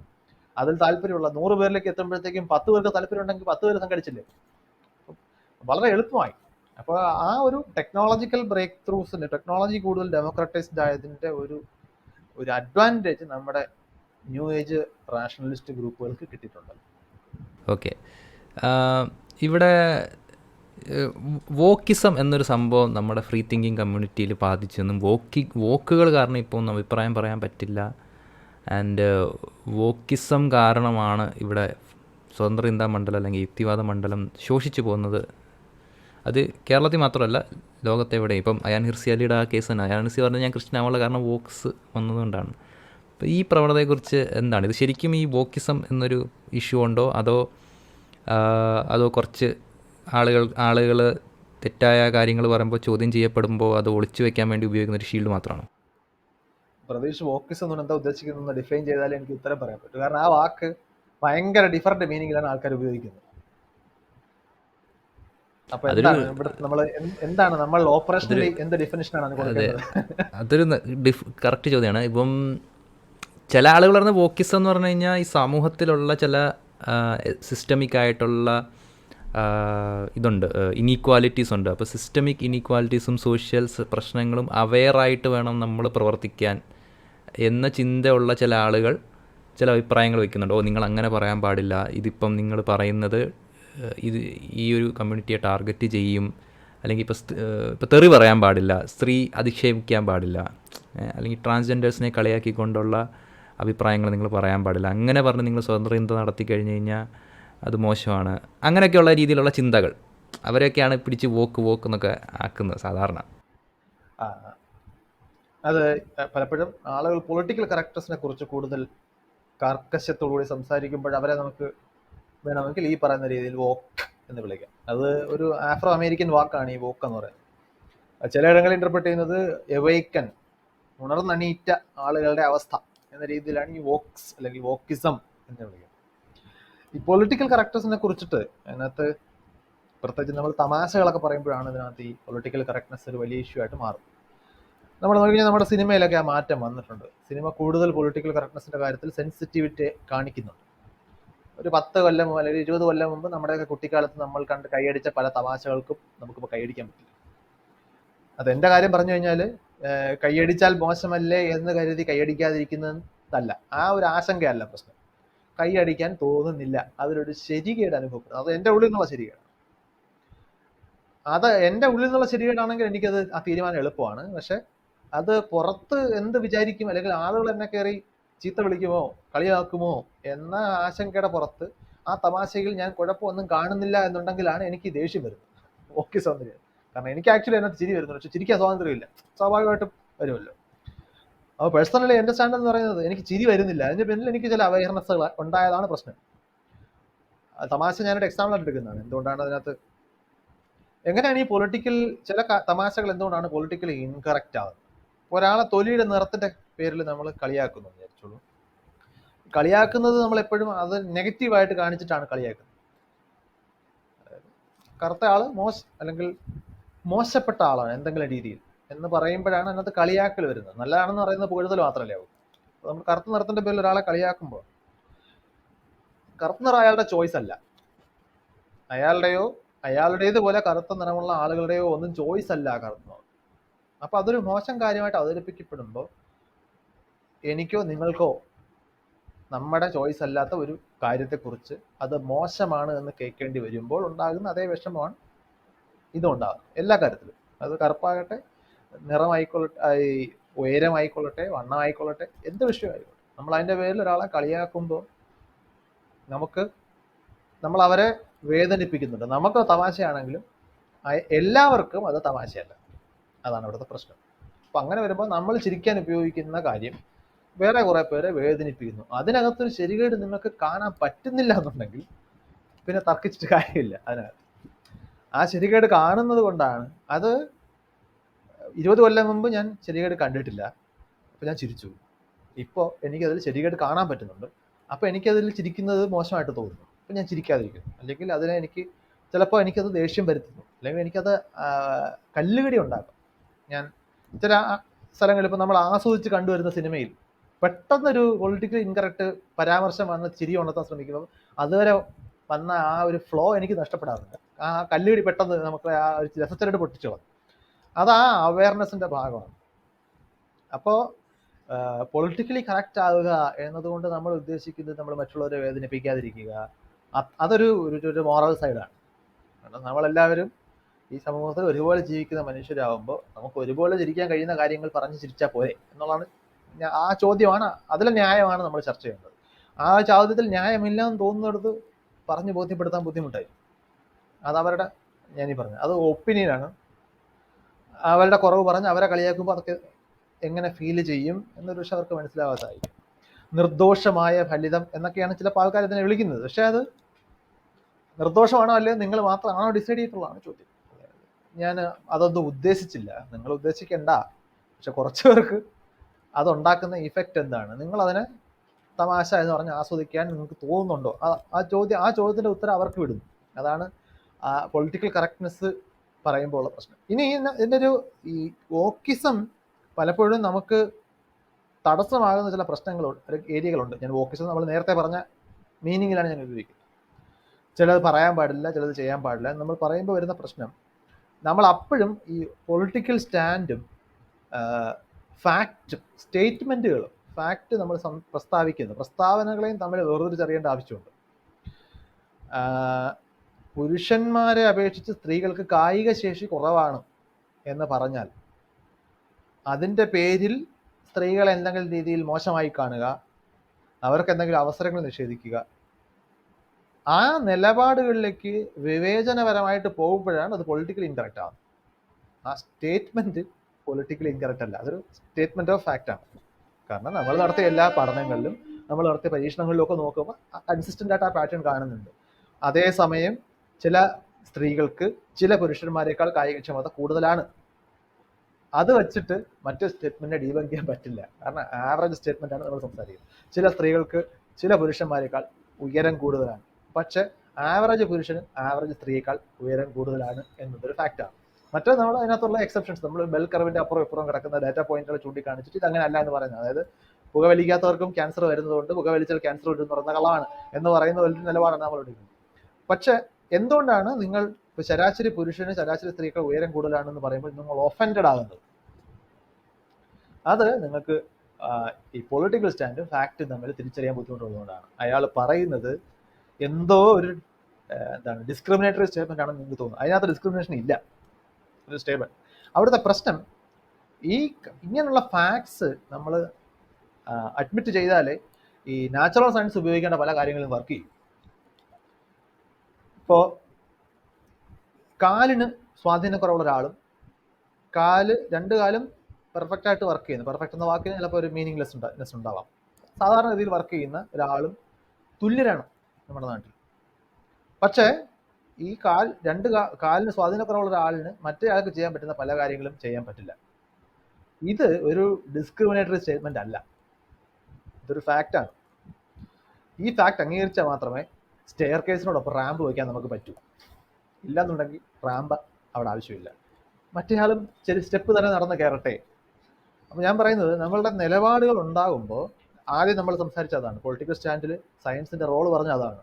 നിങ്ങൾ ഈ സ്റ്റേറ്റ്മെന്റിനെ അഡ്മിറ്റ് ചെയ്യാൻ കൂടെ പറ്റണം. എന്നിട്ടാണ് നമ്മളുടെ പോളിസികൾ, നമ്മുടെ നിലപാടുകൾ അത് റിഫ്ലക്ട് ചെയ്യേണ്ടത്. നമ്മൾ ഈ ഫാക്റ്റിനെ എടുത്ത് ഒരു നിലപാടിലേക്ക് നയിക്കുമ്പോഴാണ് അത് പൊളിറ്റിക്കലി കറക്റ്റോ ഇൻകറക്റ്റോ ആവുന്നത്. അതെ, ഓക്കെ, യാ, ദാറ്റ്സ് റീസണബിൾ, അതെനിക്ക് അണ്ടർസ്റ്റാൻഡബിൾ ആണ്. ഇനി എനിക്ക് ചോദിക്കാനുള്ളത്, ഈ സ്വതന്ത്ര ചിന്തയും മാർക്സിസവും കമ്പാറ്റബിൾ ആണോ? യുക്തിവാദവും മാർക്സിസവും ഒരു കോൺട്രവേഴ്ഷ്യൽ ചോദ്യമാണ്. ചിലപ്പോൾ കുറച്ച് ട്രോൾസ് ഒക്കെ അത് സ്ഥിരം ചോദിക്കുന്ന ഒരു പ്രശ്നം, അത് സ്ഥിരം കേൾക്കേണ്ടി വരുന്ന ചോദ്യമാണ്. അതിന്റെ പ്രശ്നം എന്ന് പറഞ്ഞാൽ, എന്താണ് സ്വതന്ത്ര ചിന്ത, എന്താണ് മാർക്സിസം? സ്വതന്ത്ര ചിന്ത ഒരു വേ ഓഫ് തിങ്കിങ് ആണ്, മാർക്സിസം ഒരു വേ ഓഫ് തിങ്കിങ് അല്ല, അതൊരു എക്കണോമിക് ഡോക്ട്രിനാണ്. അതായത് സമൂഹത്തിൽ എങ്ങനെയാണ് സാമ്പത്തിക വിനിമയങ്ങൾ, സമ്പദ് വ്യവസ്ഥ എങ്ങനെയാണ് പ്രവർത്തിക്കേണ്ടത് എന്നതിനെ കുറിച്ച് കാൾ മാർക്സ് എന്ന് പറയുന്ന ഒരാൾ, അല്ലെങ്കിൽ അതുമായിട്ട് അസോസിയേറ്റ് ചെയ്തിട്ട് പിന്നെ വന്ന അന്ന് ജീവിച്ചിരുന്ന എംഗൽസോ പിന്നെ വന്ന ലെനിനോ ഒക്കെ, അങ്ങനെ പല ആളുകൾ ചേർന്ന് കോൺട്രിബ്യൂട്ട് ചെയ്ത, ഹെഗലോ ഒക്കെ കോൺട്രിബ്യൂട്ട് ചെയ്ത ഒരു എക്കണോമിക് എന്താ പറയുക, ഒരു ഡോക്ട്രിനാണ്. ഇത് തമ്മിൽ കമ്പയർ ചെയ്യുന്നത് it's like almost like comparing apples and oranges. നിങ്ങൾ ഫ്രീ തിങ്കിങ്ങിനും ഈ പറയുന്ന പ്രശ്നമുണ്ട്, അതിന് കൃത്യമായൊരു ഡെഫിനിഷൻ ഇല്ല. എന്താണ് ഫ്രീ തിങ്കിങ് എന്ന് ചോദിച്ചാൽ, നമ്മളെ ട്രഡിഷൻ നമുക്ക് മുകളിൽ ചെലുത്തുന്ന പ്രഷറുകളെ മറികടന്നുകൊണ്ട് ചിന്തിക്കുമ്പോഴാണ് ഫ്രീ തിങ്കിങ് എന്ന് വേണമെങ്കിൽ ലൂസായിട്ട് പറയാം. ബെർട്രൻഡ് റസ്സലൊക്കെ അങ്ങനെയാണ് പറയുന്നത്, നമ്മുടെ ട്രഡിഷൻ്റെ ചെയിൻ പൊട്ടിക്കുക. അതായത് നമ്മളുടെ കൾച്ചറൽ കണ്ടീഷനിങ്ങും സോഷ്യൽ കണ്ടീഷനിങ്ങും കൊണ്ട് നമ്മളെ ചില പ്രത്യേക രീതിയിൽ ബൗണ്ട് ചെയ്തിട്ടുണ്ട് നമ്മൾ ചിന്തിക്കാൻ. ആ ബൈൻഡിങ് പൊട്ടിക്കുക, ആ ബൈൻഡിങ് മറികടന്നുകൊണ്ട് ചിന്തിക്കുമ്പോഴാണ് ഫ്രീ തിങ്കിങ് എന്ന് പറയുന്നത്. അത് എല്ലാ കാര്യത്തിലും ആപ്ലിക്കബിൾ ആണ്. അതായത് എവിടെയും ഏത് കാര്യത്തെക്കുറിച്ച് നിങ്ങൾ സംസാരിക്കുമ്പോഴും ഏത് കാര്യത്തെക്കുറിച്ച് നമ്മൾ അറിവുണ്ടാക്കാൻ ശ്രമിക്കുമ്പോഴും നമ്മുടെ പ്രസ്താവനകൾ, നമ്മൾ ഉള്ളിലേക്ക് എടുക്കുന്ന കാര്യങ്ങൾ, അതിൽ ഫ്രീ തിങ്കിങ് എന്ന് പറയുന്നത് നമ്മളെ മറ്റ് മാമൂലുകൾ നമ്മളെ സ്വാധീനിക്കുന്നില്ല. നമുക്ക് സ്വതന്ത്രമായി അതിൽ ചിന്തിച്ച് തീരുമാനം എടുക്കാൻ പറ്റുന്നു. അപ്പോഴും അത് എത്രത്തോളം സ്വതന്ത്രമാകുന്നത് നമുക്ക് പറയാൻ പറ്റത്തില്ല, അതിനകത്ത് ഒരുപാട് ഡെഫിനേഷൻ പ്രശ്നങ്ങളുണ്ട്. മാർക്സിസം നിങ്ങൾക്ക് പ്രോട്ടോണിന്റെയും ഇലക്ട്രോണിനെയും സംബന്ധിച്ചിട്ടുള്ള ആറ്റത്തിന്റെ സ്ട്രക്ചർ പറയാൻ ഉപയോഗിക്കാൻ പറ്റില്ല. കാരണം അതൊരു സോഷ്യൽ സയൻസിൽ നിൽക്കുന്ന ഒരു എക്കണോമിക്സിനെ സംബന്ധിച്ചിട്ടുള്ള പ്രശ്നം. അതിന്റെ എക്കണോമിക്സ് ആയിട്ട് നമുക്ക് ചർച്ച ചെയ്യാം. അത് എത്രത്തോളം വയബിൾ ആണ്, അതിനകത്ത് പറയുന്ന ക്ലാസ് സ്ട്രഗിളൊക്കെ ഉള്ളതാണോ, ശരിക്കും അങ്ങനെയാണോ, അല്ലെങ്കിൽ ലേബറിന്റെ വാല്യൂ ആണോ, ലേബർ ആണോ വാല്യൂ തീരുമാനിക്കുന്നത്, ഇങ്ങനെയൊക്കെയുള്ള ചോദ്യങ്ങൾ നമുക്ക് ചോദിക്കാം, അത് തർക്കിക്കാം. അതൊക്കെ വേറെ. ഞാനത് പഠിച്ചിട്ടുള്ള ആളുമല്ല, അതുകൊണ്ട് ഞാൻ അതിനെ തർക്കിക്കാറില്ല. ഞാനൊരു മാർക്സിസ്റ്റും അല്ല. അപ്പോൾ ഈ മാർക്സിസവും ഫ്രീ തിങ്കിങ്ങും തമ്മിൽ എന്തോ കോമ്പാറ്റിബിലിറ്റി ഇഷ്യൂ ഉണ്ടെന്ന് പറയുന്നത് കേൾക്കുമ്പോൾ സത്യത്തിൽ എനിക്കത് തമാശയായിട്ടാണ് തോന്നുന്നത്. അങ്ങനെ ഒരു സംഗതിയില്ല. നിങ്ങൾ തിയറി ഓഫ് റിലേറ്റിവിറ്റി മനസ്സിലാക്കുന്നതിൽ നിങ്ങളുടെ മാർക്സിസ്റ്റ് ഐഡിയോളജി ഉപയോഗിച്ചാണ് മനസ്സിലാക്കാൻ ശ്രമിക്കുന്നുണ്ടെങ്കിൽ മാർക്സിസം നിങ്ങളെ സംബന്ധിച്ചിടത്തോളം ഒരു മതം പോലെയാണ് വർക്ക് ചെയ്യുന്നത്. അത് നിങ്ങളെ ഒരു ട്രഡീഷൻ ബൈൻഡ് ചെയ്ത് വെച്ചേക്കുന്ന പോലെ ബൈൻഡ് ചെയ്ത് വെച്ചേക്കുകയാണ്. അപ്പോൾ നിങ്ങൾക്ക് അതിനകത്ത് ചിന്തിക്കാൻ പറ്റത്തില്ല. അതായത് നിങ്ങൾക്ക് പ്രോട്ടോൺ ഇലക്ട്രോണിന്റെയും തമ്മിലുള്ള ഇലക്ട്രോമാഗ്നറ്റിക് അട്രാക്ഷനെ കുറിച്ച് സംസാരിക്കുമ്പോൾ എന്തിനാണ് മാർക്സിസം? നിങ്ങൾക്ക് മാർക്സിസം വച്ച് വേണം അത് സമീപിക്കാൻ. ഓക്കെ, അപ്പോൾ നമുക്കത് ഫ്രീ തിങ്കിങ്ങിനെതിരാണെന്ന് പറയാം, അല്ലെങ്കിൽ അതൊരു ഫ്രീ തോട്ട് അല്ല എന്ന് പറയാം. പക്ഷെ അവിടെ ഫ്രീ തോട്ടിന് എതിരെ നിൽക്കുന്ന ഒരു ഫാക്ടറായിട്ട് മാർക്സിസം വർക്ക് ചെയ്യാം. എന്നാൽ അതേസമയം ഒരു സൊസൈറ്റിയിൽ എങ്ങനെയാണ് എക്കണോമി അല്ലെങ്കിൽ വെൽത്ത് ഡിസ്ട്രിബ്യൂട്ട് ചെയ്യപ്പെടേണ്ടതിനെ കുറിച്ച് ഒരാൾ പറയാണ് മാർക്സിസ്റ്റ് ഐഡിയോളജിയാണ് വരേണ്ടത് എന്ന് പറയുമ്പോൾ അത് അയാളുടെ നിലപാടാണ്. അയാൾ മാർക്സ് മുമ്പോട്ട് വെച്ച നിലപാടാണ് വേണ്ടത് എന്ന് വാദിക്കുന്നു. അത് അയാളുടെ നിലപാടാണ്, അത് അയാളുടെ അഭിപ്രായമാണ്. നിങ്ങൾക്ക് വേറെ ഏതൊരു അഭിപ്രായം പറയുന്നത് പോലെ തന്നെയാണ് അയാളുടെ അഭിപ്രായം പറയുന്നത്. ഞാൻ പറഞ്ഞു വന്നത്, ഇതിനകത്ത് പ്രത്യക്ഷത്തിൽ ഇൻകോമ്പാറ്റബിൾ ആണോ എന്ന ചോദ്യത്തിന് വലിയ പ്രസക്തി ഞാൻ കാണുന്നില്ല. കാരണം ഇത് രണ്ട് പർപ്പസിലുള്ള, രണ്ട് എൻറ്റിറ്റി ഡയമെൻഷനുള്ള കാര്യങ്ങളാണ്. നിങ്ങൾക്ക് വേണമെങ്കിൽ ഇതിനെ മാർക്സിസം ചിലയിടങ്ങളിൽ ഫ്രീ തിങ്കിങ്ങിന് എതിരായിട്ട് പ്രവർത്തിക്കുന്നതായിട്ട് കാണാൻ പറ്റും. അത് മാർക്സിസം പെർസെ ഫ്രീ തിങ്കിങ്ങിനെ കോൺട്രഡിക്റ്റിങ് ചെയ്തുകൊണ്ടല്ല. മാർക്സിസം നിങ്ങളുടെ ഫ്രീ തിങ്കിങ് എന്ന് പറയുന്ന പ്രോസസ്സിനകത്ത് മാർക്സിസം ഒരു തടസ്സമായിട്ട് മാറുന്നു, മതം ഒരു തടസ്സമായിട്ട് മാറിയേക്കാം. നിങ്ങളുടെ മാർക്സിസം പോലെ മറ്റേതെങ്കിലും ഒരു പൊളിറ്റിക്കൽ ഐഡിയോളജി, നിങ്ങളുടെ സംഘപരിവാർ പൊളിറ്റിക്സ് ചിലപ്പോൾ അതിനെതിരെ പ്രവർത്തിച്ചേക്കാം. അങ്ങനെ പല രീതിയിൽ ഈ പറഞ്ഞ ഈവൻ വോക്കിസം നിങ്ങൾക്കെതിരെ പ്രവർത്തിക്കാം. അതാണ് ഈ നേരത്തെ പറഞ്ഞ പ്രശ്നം വരുന്നത്. നമ്മൾ നേരത്തെ പറഞ്ഞതുപോലെ നിങ്ങൾക്ക് അത് ഇഷ്ടമല്ല, സ്ത്രീയും പുരുഷനും എല്ലാ രീതിയിലും തുല്യമാണെന്നാണ് നിങ്ങളുടെ ഇഷ്ടം. കാരണം നിങ്ങളുടെ ഐഡിയോളജി അതാണ്. ഇതെല്ലാം സമത്വ സുന്ദരമായ എല്ലാം ഐഡിയ. അത് ശരിക്കും നിങ്ങളുടെ ഫ്രീ തിങ്കിങ്ങിനെതിരെ പ്രവർത്തിക്കുള്ളൂ. ഞാൻ പറഞ്ഞു, നമ്മൾ ഈ വാക്കുകൾ എന്തോ കൽപ്പിതമായിട്ടുള്ള അർത്ഥങ്ങൾ വെച്ചിട്ട് ചുമ്മാ എടുത്ത് പ്രയോഗിക്കുമ്പോഴാണ് ഈ പ്രശ്നം വരുന്നത്. അപ്പോൾ ഇത് എവിടെയോ ബൈ സം ഹൗ അതിനകത്ത് വന്ന് എനിക്ക് തോന്നുന്നു ഹിസ്റ്റോറിക്കലി നമ്മുടെ നാട്ടിൽ ഏറ്റവും കൂടുതൽ ഈ യുക്തിവാദത്തിന്റെ അടുത്ത് നിന്നിട്ടുള്ള ആൾക്കാർ മാർക്സിസ്റ്റുകളായിരുന്നു. അപ്പോൾ നമ്മുടെ നാട്ടിലൊക്കെ കമ്മ്യൂണിസ്റ്റുകാരെന്ന് പറഞ്ഞു കഴിഞ്ഞാൽ അവർ നിരീശ്വരവാദികളായിരിക്കും എന്നാണ്. നമ്മളതുകൊണ്ടാണല്ലോ മറ്റേ സന്ദേശം എന്ന് പറയുന്ന സിനിമയ്ക്കകത്ത് അയാൾ രഹസ്യമായിട്ട് അമ്പലത്തിൽ പോകും എന്ന് തന്നെ തമാശയായിട്ട് പ്രസിദ്ധീകരിക്കുന്നത്. കമ്മ്യൂണിസ്റ്റുകാരൻ അമ്പലത്തിൽ പോകാൻ പാടില്ല, ക്ഷേത്രത്തിൽ പോകാൻ പാടില്ല, അയാൾ മതവിശ്വാസിയാകാൻ സാധ്യത. അപ്പോൾ അതുകൊണ്ട് എങ്ങനെയോ മാർക്സിസ്റ്റുകളുടെ ഒരു സംഗതിയാണ് റാഷണലിസ്റ്റ് ഐഡിയോളജി അല്ലെങ്കിൽ ഫ്രീ തിങ്കിങ് എന്നൊരു ധാരണ എങ്ങനെ വന്നതിൻ്റെ പുറത്താണ് ഈ പ്രശ്നമുണ്ട്. നമ്മൾ ഈ എല്ലാം കൂടെ കൂട്ടിക്കുഴച്ച് സംസാരിക്കുമ്പോൾ വരുന്ന പ്രശ്നമാണ്. നമ്മൾ നേരത്തെ ഈ വോക്കിസം പറഞ്ഞപ്പോൾ പറയേണ്ട ഒരു കാര്യം, നമ്മൾ ഈ യുക്തിവാദം എന്ന് പറഞ്ഞ വാക്കിനെ ഇതുപോലെ വല്ലാതെ ഭാരം കയറ്റി വെച്ചിട്ടുണ്ട് എൻ്റെ മുകളിലേക്ക്. അതായത് നിങ്ങൾ യുക്തിവാദി ആകുമ്പോൾ ഓട്ടോമാറ്റിക്കലി നിങ്ങൾ ഹ്യൂമനിസ്റ്റ് ആവണം, നിങ്ങൾ മാനവികതാവാദിയാകണം, നിങ്ങൾ ഫെമിനിസ്റ്റ് ആകണം, നിങ്ങൾ ലിബറൽ ആകണം, നിങ്ങൾ പ്രോഗ്രസീവ് ആകണം. ഇതെല്ലാം വേറെ വേറെ വാക്കായിട്ട് നിൽക്കുന്നത് ഇതിനെല്ലാം വേറെ വേറെ മീനിങ് ഉള്ളതുകൊണ്ടാണ്. അപ്പോൾ നിങ്ങൾക്ക് ഒരേ സമയം വളരെ ഡിക്റ്റേറ്റർഷിപ്പിന് സപ്പോർട്ട് ചെയ്യുന്ന റാഷണലിസ്റ്റ് ആവാൻ പറ്റും. കാരണം നിങ്ങളുടെ നിലപാട് ഇങ്ങനെയാണ് നാട് നന്നാവുന്നത് നിങ്ങളുടെ നിലപാടെന്നുണ്ടെങ്കിൽ നിങ്ങളുടെ റാഷണൽ നിലപാട് അതാണ്. അപ്പോൾ അതുകൊണ്ട് യുക്തിവാദി എന്ന വാക്കിനുള്ളിൽ തന്നെ മാനവികതാവാദിയോ ഫെമിനിസ്റ്റോ പ്രോഗ്രസീവ് ആയിട്ടുള്ള ആളോ ഒന്നുമില്ല. ഇതെല്ലാം വേറെ വേറെ വാക്കാണ്. ഇതെല്ലാം കൂടെ ഒരുമിച്ചായാൽ കൊള്ളാം എന്ന് എന്നെപ്പോലുള്ള ആളുകൾക്ക് നിലപാടെടുക്കാം. അത് എല്ലാം കൂടെ ഒരുമിച്ചുള്ളതാണ് യുക്തിവാദം എന്ന് പറയുമ്പോൾ നമ്മുടെ ഈ എല്ലാ വാക്കുകളുടെയും മീനിങ് ഇല്ലാതാക്കി കളയുകയാണ് ചെയ്യുന്നത്. അതിനകത്ത് എനിക്ക് പലപ്പോഴും ഭയങ്കരമായിട്ടുള്ള അതൃപ്തി തോന്നാറുണ്ട്. ഈ യുക്തിവാദം പെർസെ ഒരു പൊളിറ്റിക്കൽ സ്റ്റാൻഡ് അല്ല, പക്ഷേ ഒരു ബെസ്റ്റ് കോമ്പിനേഷൻ എന്ന് പറഞ്ഞു കഴിഞ്ഞാൽ യുക്തിവാദിയും ഹ്യൂമനിസ്റ്റും ഫെമിനിസ്റ്റും ആവുന്നതാണ് ബെസ്റ്റ് കോമ്പിനേഷൻ എന്ന ഒപ്പീനിയൻ എടുക്കാൻ പറ്റും എന്നാണ്. നമുക്ക് പൊളിറ്റിക്സ് എന്നൊരു വാക്കുണ്ട്, ഓക്കെ, റാഷണലിസം എന്നൊരു വാക്കുണ്ട്. ഇത് രണ്ട് മീനിങ് ഉള്ളതുകൊണ്ടാണ് അത് രണ്ട് വാക്കായിട്ട് രണ്ട് ഐഡിയകളായിട്ട് നിൽക്കുന്നത്. അത് രണ്ടും ഒരുമിച്ച് വന്നാൽ കൊള്ളാം, നല്ല കാര്യം, അതാണ് പോസിറ്റീവ് സൈഡ്, നമുക്കറിയാൻ പറ്റും. ഇത് രണ്ടും പക്ഷെ ഒന്നല്ല, അതാണ് അവിടുത്തെ പ്രശ്നം. അത് നമ്മൾ തിരിച്ചറിയേണ്ടതുണ്ട്. വൈശാന്തമി പറയുന്നത് ഒരു യുക്തിവാദി എപ്പോഴും ഹ്യൂമനിസ്റ്റ് ആയിരിക്കണം എന്ന് പറയുന്നതിലും യുക്തിവാദിക്ക് വേണമെങ്കിൽ ഹ്യൂമനിസ്റ്റ് അല്ലാതെ ഇരിക്കാം, പക്ഷേ ഒരു യുക്തിവാദി ഹ്യൂമനിസ്റ്റ് ആവുന്നതാണ് നല്ലത് എന്നാണ് എൻ്റെ ഒപ്പീനിയൻ. അങ്ങനെ വേണം ഫ്രെയിം ചെയ്യേണ്ടത്. എൻ്റെ ഒപ്പീനിയൻ അനുസരിച്ചിട്ട് യുക്തിവാദി ഹ്യൂമനിസ്റ്റ് കൂടി ആകേണ്ടതുണ്ട്, യുക്തിവാദി പ്രോഗ്രസീവ് കൂടി ആകേണ്ടതുണ്ട്. പക്ഷെ യുക്തിവാദി എന്ന് പറയുമ്പോൾ അതിനകത്ത് പ്രോഗ്രസീവ് ആകുമെന്ന് ഗ്യാരണ്ടി ഇല്ല, അതിനകത്ത് ലിബറൽ ആകുമെന്ന് ഗ്യാരണ്ടി ഇല്ല, അതിനകത്ത് അയാൾ ഡെമോക്രാറ്റിക് ആകുമെന്ന് ഗ്യാരണ്ടി ഇല്ല. അതെല്ലാം വേറെ വേറെ വാക്കുകളാണ്. ഓക്കെ, എനിക്ക് തോന്നുന്നു പക്ഷേ ഈ വാക്കുകൾ ഭയങ്കര പെഡാൻറ്റിക് ആണല്ലേ, ഓരോ വാക്കിനും അതിൻ്റെതായ. അത് ഞാൻ പറഞ്ഞല്ലോ, ഞാൻ അക്കാഡമിക് ഇൻട്രസ്റ്റോടുകൂടി വിഷയങ്ങളെ കാണുന്ന ആളാണ്. എനിക്ക് അതുകൊണ്ട് തന്നെ ആ വാക്കുകൾ എടുത്ത് പ്രയോഗിക്കുമ്പോൾ എൻ്റെ ഉള്ളിലെ ആ ഒരു സ്ട്രിക്ട്നെസ് പുറത്തു വരും. നിങ്ങൾ നോക്കിക്കഴിഞ്ഞാൽ ഒരുപക്ഷെ ഞാൻ എൻ്റെ ക്ലാസ്സിൽ പഠിപ്പിക്കുമ്പോഴോ ഒരു 8ാം ക്ലാസ്സിലെ കുട്ടികൾക്ക് ക്ലാസ് എടുക്കുമ്പോഴോ ഞാൻ ഈ വാക്കുകളെ കുറിച്ചൊന്നും ഇങ്ങനെ കടുംപിടുത്തം പിടിക്കാറില്ല. ഞാൻ എൻ്റെ യൂട്യൂബ് ചാനൽ ഒരു വിഷയം സംസാരിക്കുമ്പോൾ പോലും ഞാൻ ഈ വാക്കുകളുടെ കാര്യത്തിൽ കടുംപിടുത്തം പിടിക്കാറില്ല. ചിലപ്പോഴും മനഃപൂർവ്വം തെറ്റായിട്ടുള്ള വാക്കുകൾ ഞാൻ ഉപയോഗിക്കും, കാരണം കമ്മ്യൂണിക്കേഷൻ എളുപ്പമാക്കാൻ വേണ്ടിയിട്ടാണ്. പക്ഷെ നമ്മൾ വളരെ സീരിയസ് ആയിട്ടൊരു കാര്യത്തെക്കുറിച്ച് ആധികാരികതയോട് സംസാരിക്കുമ്പോൾ ഇതൊക്കെ ഓക്കെ ആണെന്ന് സംസാരിക്കുന്നത് ആ വിഷയത്തെക്കുറിച്ച് അറിവില്ലായ്മയുടെ കുഴപ്പമാണ്. ഇനി അടുത്തൊരു കോൺട്രവേഴ്സി ടോപ്പിക്, റിസർവേഷൻ. ഭയങ്കര വലിയ ടോപ്പിക്കാണ്. ലൈക്ക് ആൻറ്റി റിസർവേഷനും പ്രോ റിസർവേഷനും ഉള്ളവരുണ്ട്. വിത്തിൻ പ്രോ റിസർവേഷൻ ആളുകൾ പറഞ്ഞത് ജാതി റിസർവേഷൻ അല്ല വേണ്ടത്, അല്ലെങ്കിൽ ജാതിയോ ജെൻഡറോ ഇങ്ങനെയുള്ള ബേസ്ഡുള്ള റിസർവേഷനാണ് വേണ്ടത്. എക്കണോമിക് കണ്ടീഷൻസ് നോക്കുക, എക്കണോമിക് കണ്ടീഷൻസ് നോക്കി റിസർവേഷൻ കൊടുക്കുക. അപ്പോൾ ഇതിൽ ജനറലി വൈശാഖൻ തമ്പിയുടെ ഒപ്പീനിയൻ എന്താണ്?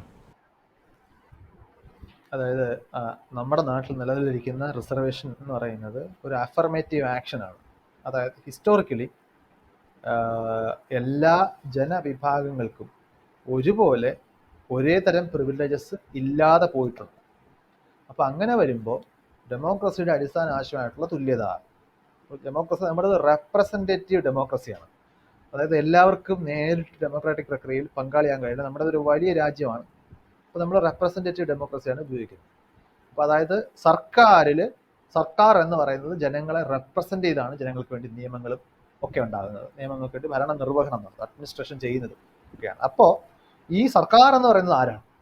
അതൊരാളല്ലല്ലോ.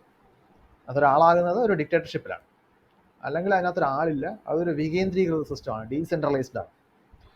അപ്പോൾ അവിടെ സർക്കാർ ഓഫീസ് എന്ന് നമ്മൾ വിളിക്കുന്ന എല്ലാ ഓഫീസിലും ഇരിക്കുന്ന ജീവനക്കാരെ ചേർന്നതാണ് ഈ സർക്കാർ. അതിനകത്ത് പ്യൂണുണ്ട്, മന്ത്രിയുണ്ട്, സെക്രട്ടറി ഉണ്ട്, IPSകാരുണ്ട്, പോലീസുകാരുണ്ട്, അങ്ങനെ പല എല്ലാവരും സർക്കാർ ഓഫീസിൽ പ്രവർത്തിക്കുന്ന സർക്കാർ ഉദ്യോഗസ്ഥരാണ്.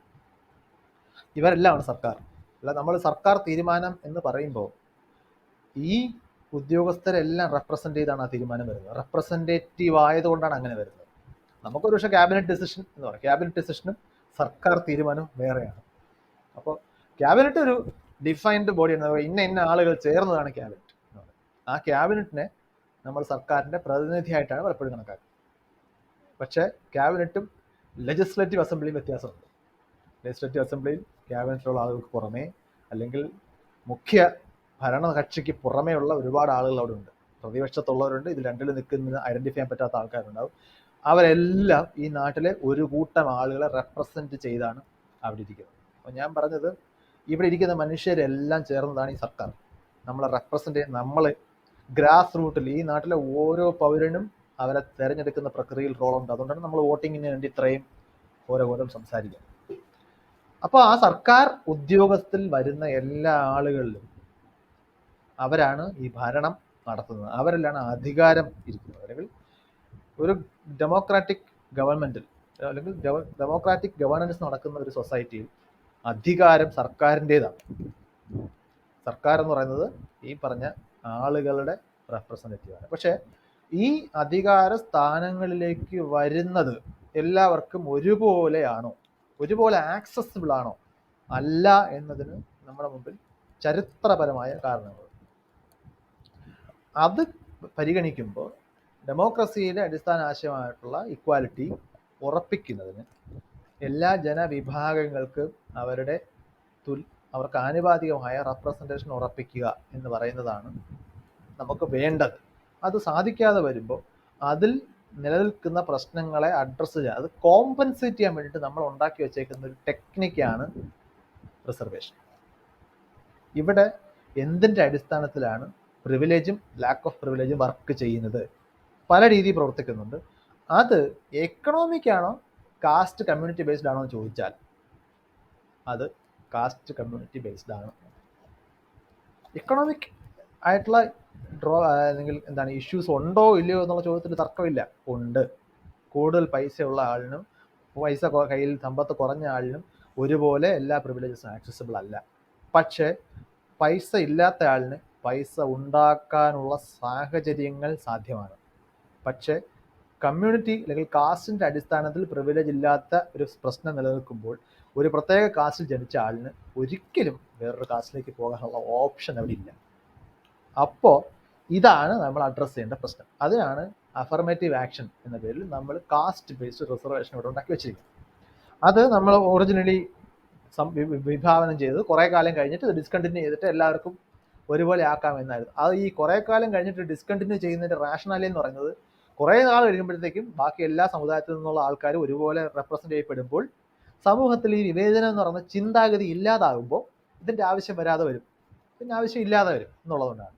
പക്ഷേ അങ്ങനെ ഒരു ചിന്താഗതി വന്നില്ല. അങ്ങനെ ഒരു ചിന്താഗതി വന്നില്ല എന്ന് മാത്രമല്ല, അതിപ്പോഴും നിലനിൽക്കുന്നു. അതായത് ആ ഡിസ്ക്രിമിനേഷൻ ഇപ്പോഴും നിലനിൽക്കുന്നു. ഡിസ്ക്രിമിനേഷൻ മാറ്റാൻ റിസർവേഷന് പറ്റില്ല. നമ്മൾ ഡിസ്ക്രിമിനേഷൻ മാറ്റാൻ വേറെ പണിയെടുക്കണമായിരുന്നു. സമൂഹം എന്ന നിലയിൽ നമ്മൾ വേറെ പണിയെടുത്താലേ ഡിസ്ക്രിമിനേഷൻ മാറ്റും. ഡിസ്ക്രിമിനേഷൻ കാരണം ഉണ്ടാകാൻ സാധ്യതയുള്ള പ്രശ്നങ്ങളെ കോമ്പൻസേറ്റ് ചെയ്യാനാണ് നമ്മൾ റിസർവ് ചെയ്യുന്നത്. അത് വെച്ചിട്ട് നമുക്ക്, അതായത് പനി വരുമ്പോൾ നമുക്ക് ടെമ്പറേച്ചർ കൂടുക, അത് കുറയ്ക്കാൻ പാരസെറ്റമോൾ ഉപയോഗിക്കാം. പാരസെറ്റമോൾ കഴിച്ച് പനിക്കുള്ള കാരണം മാറില്ല, പനി മാത്രമേ കുറയ്ക്കാൻ പറ്റൂ. അപ്പോൾ റിസർവേഷൻ വെച്ചിട്ട് സമൂഹത്തിലെ ആളുകൾ പരസ്പരം ഡിസ്ക്രിമിനേറ്ററി ആയിട്ട് പെരുമാറുന്നതിൻ്റെ പ്രശ്നം ഗവേണൻസിൽ അഫക്റ്റ് ചെയ്യാതെ കോമ്പൻസേറ്റ് ചെയ്യാം. കാരണം കുറച്ച് നേരം നമ്മൾ കൂടുതൽ ബലം പ്രയോഗിച്ച് ഇങ്ങോട്ട് കൊണ്ടുവരികയാണ്. അതുകൊണ്ട് സമൂഹത്തിൽ നിലനിൽക്കുന്ന ഡിസ്ക്രിമിനേറ്ററി തോട്ട് മാറില്ല, അല്ലെങ്കിൽ ജാതീയത എന്ന് പറയുന്ന പ്രശ്നം മാറില്ല. അതിന് വേറെ സോഷ്യൽ അവയർനെസ് ഒക്കെ ഉണ്ടാവേണ്ടിയിരിക്കണം. അത് ഉണ്ടാവാത്തത് കൊണ്ടാണ് ഇപ്പോഴും സംവരണം ഒരു ആവശ്യമായിട്ട് നിൽക്കുന്നത്. പിന്നെ സംവരണത്തെ ഒരു പൊളിറ്റിക്കൽ ടൂളായിട്ട് ഉപയോഗിക്കാം. അത് ഡെമോക്രസിയുടെ എസെൻഷ്യൽ ബൈ പ്രോഡക്റ്റ് ആണ്. Democracy does not guarantee the best governance, it just guarantees the most appropriate governance for the people.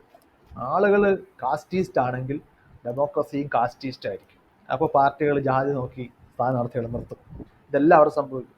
അത് ജനാധിപത്യത്തിൻ്റെ കുഴപ്പമാണെങ്കിൽ അത് കുഴപ്പം തന്നെയാണെന്ന് തന്നെ പറയണം. ജനാധിപത്യം അങ്ങനെ പെർഫെക്റ്റ് ആയിട്ടൊരു ഗവേണൻസ് സിസ്റ്റം ഇതെല്ലാം ഈ പറഞ്ഞ ഇതൊരു പ്രകൃതി സത്യമൊന്നുമല്ല, മനുഷ്യരുണ്ടാക്കിയെടുത്തതാണ്. ആ മനുഷ്യർക്ക് അനുസരിച്ചിട്ടേ ഇതിരിക്കുള്ളൂ. അത് ഏത് ഡോക്ടറെ എടുത്തു കഴിഞ്ഞാലും ഏത് എക്കണോമിക് പോളിസി എടുത്തു കഴിഞ്ഞാലും മനുഷ്യൻ എന്ന് പറയുന്ന സംഗതിക്കുള്ള എല്ലാ ബലഹീനതകളും അതിനകത്ത് വരും.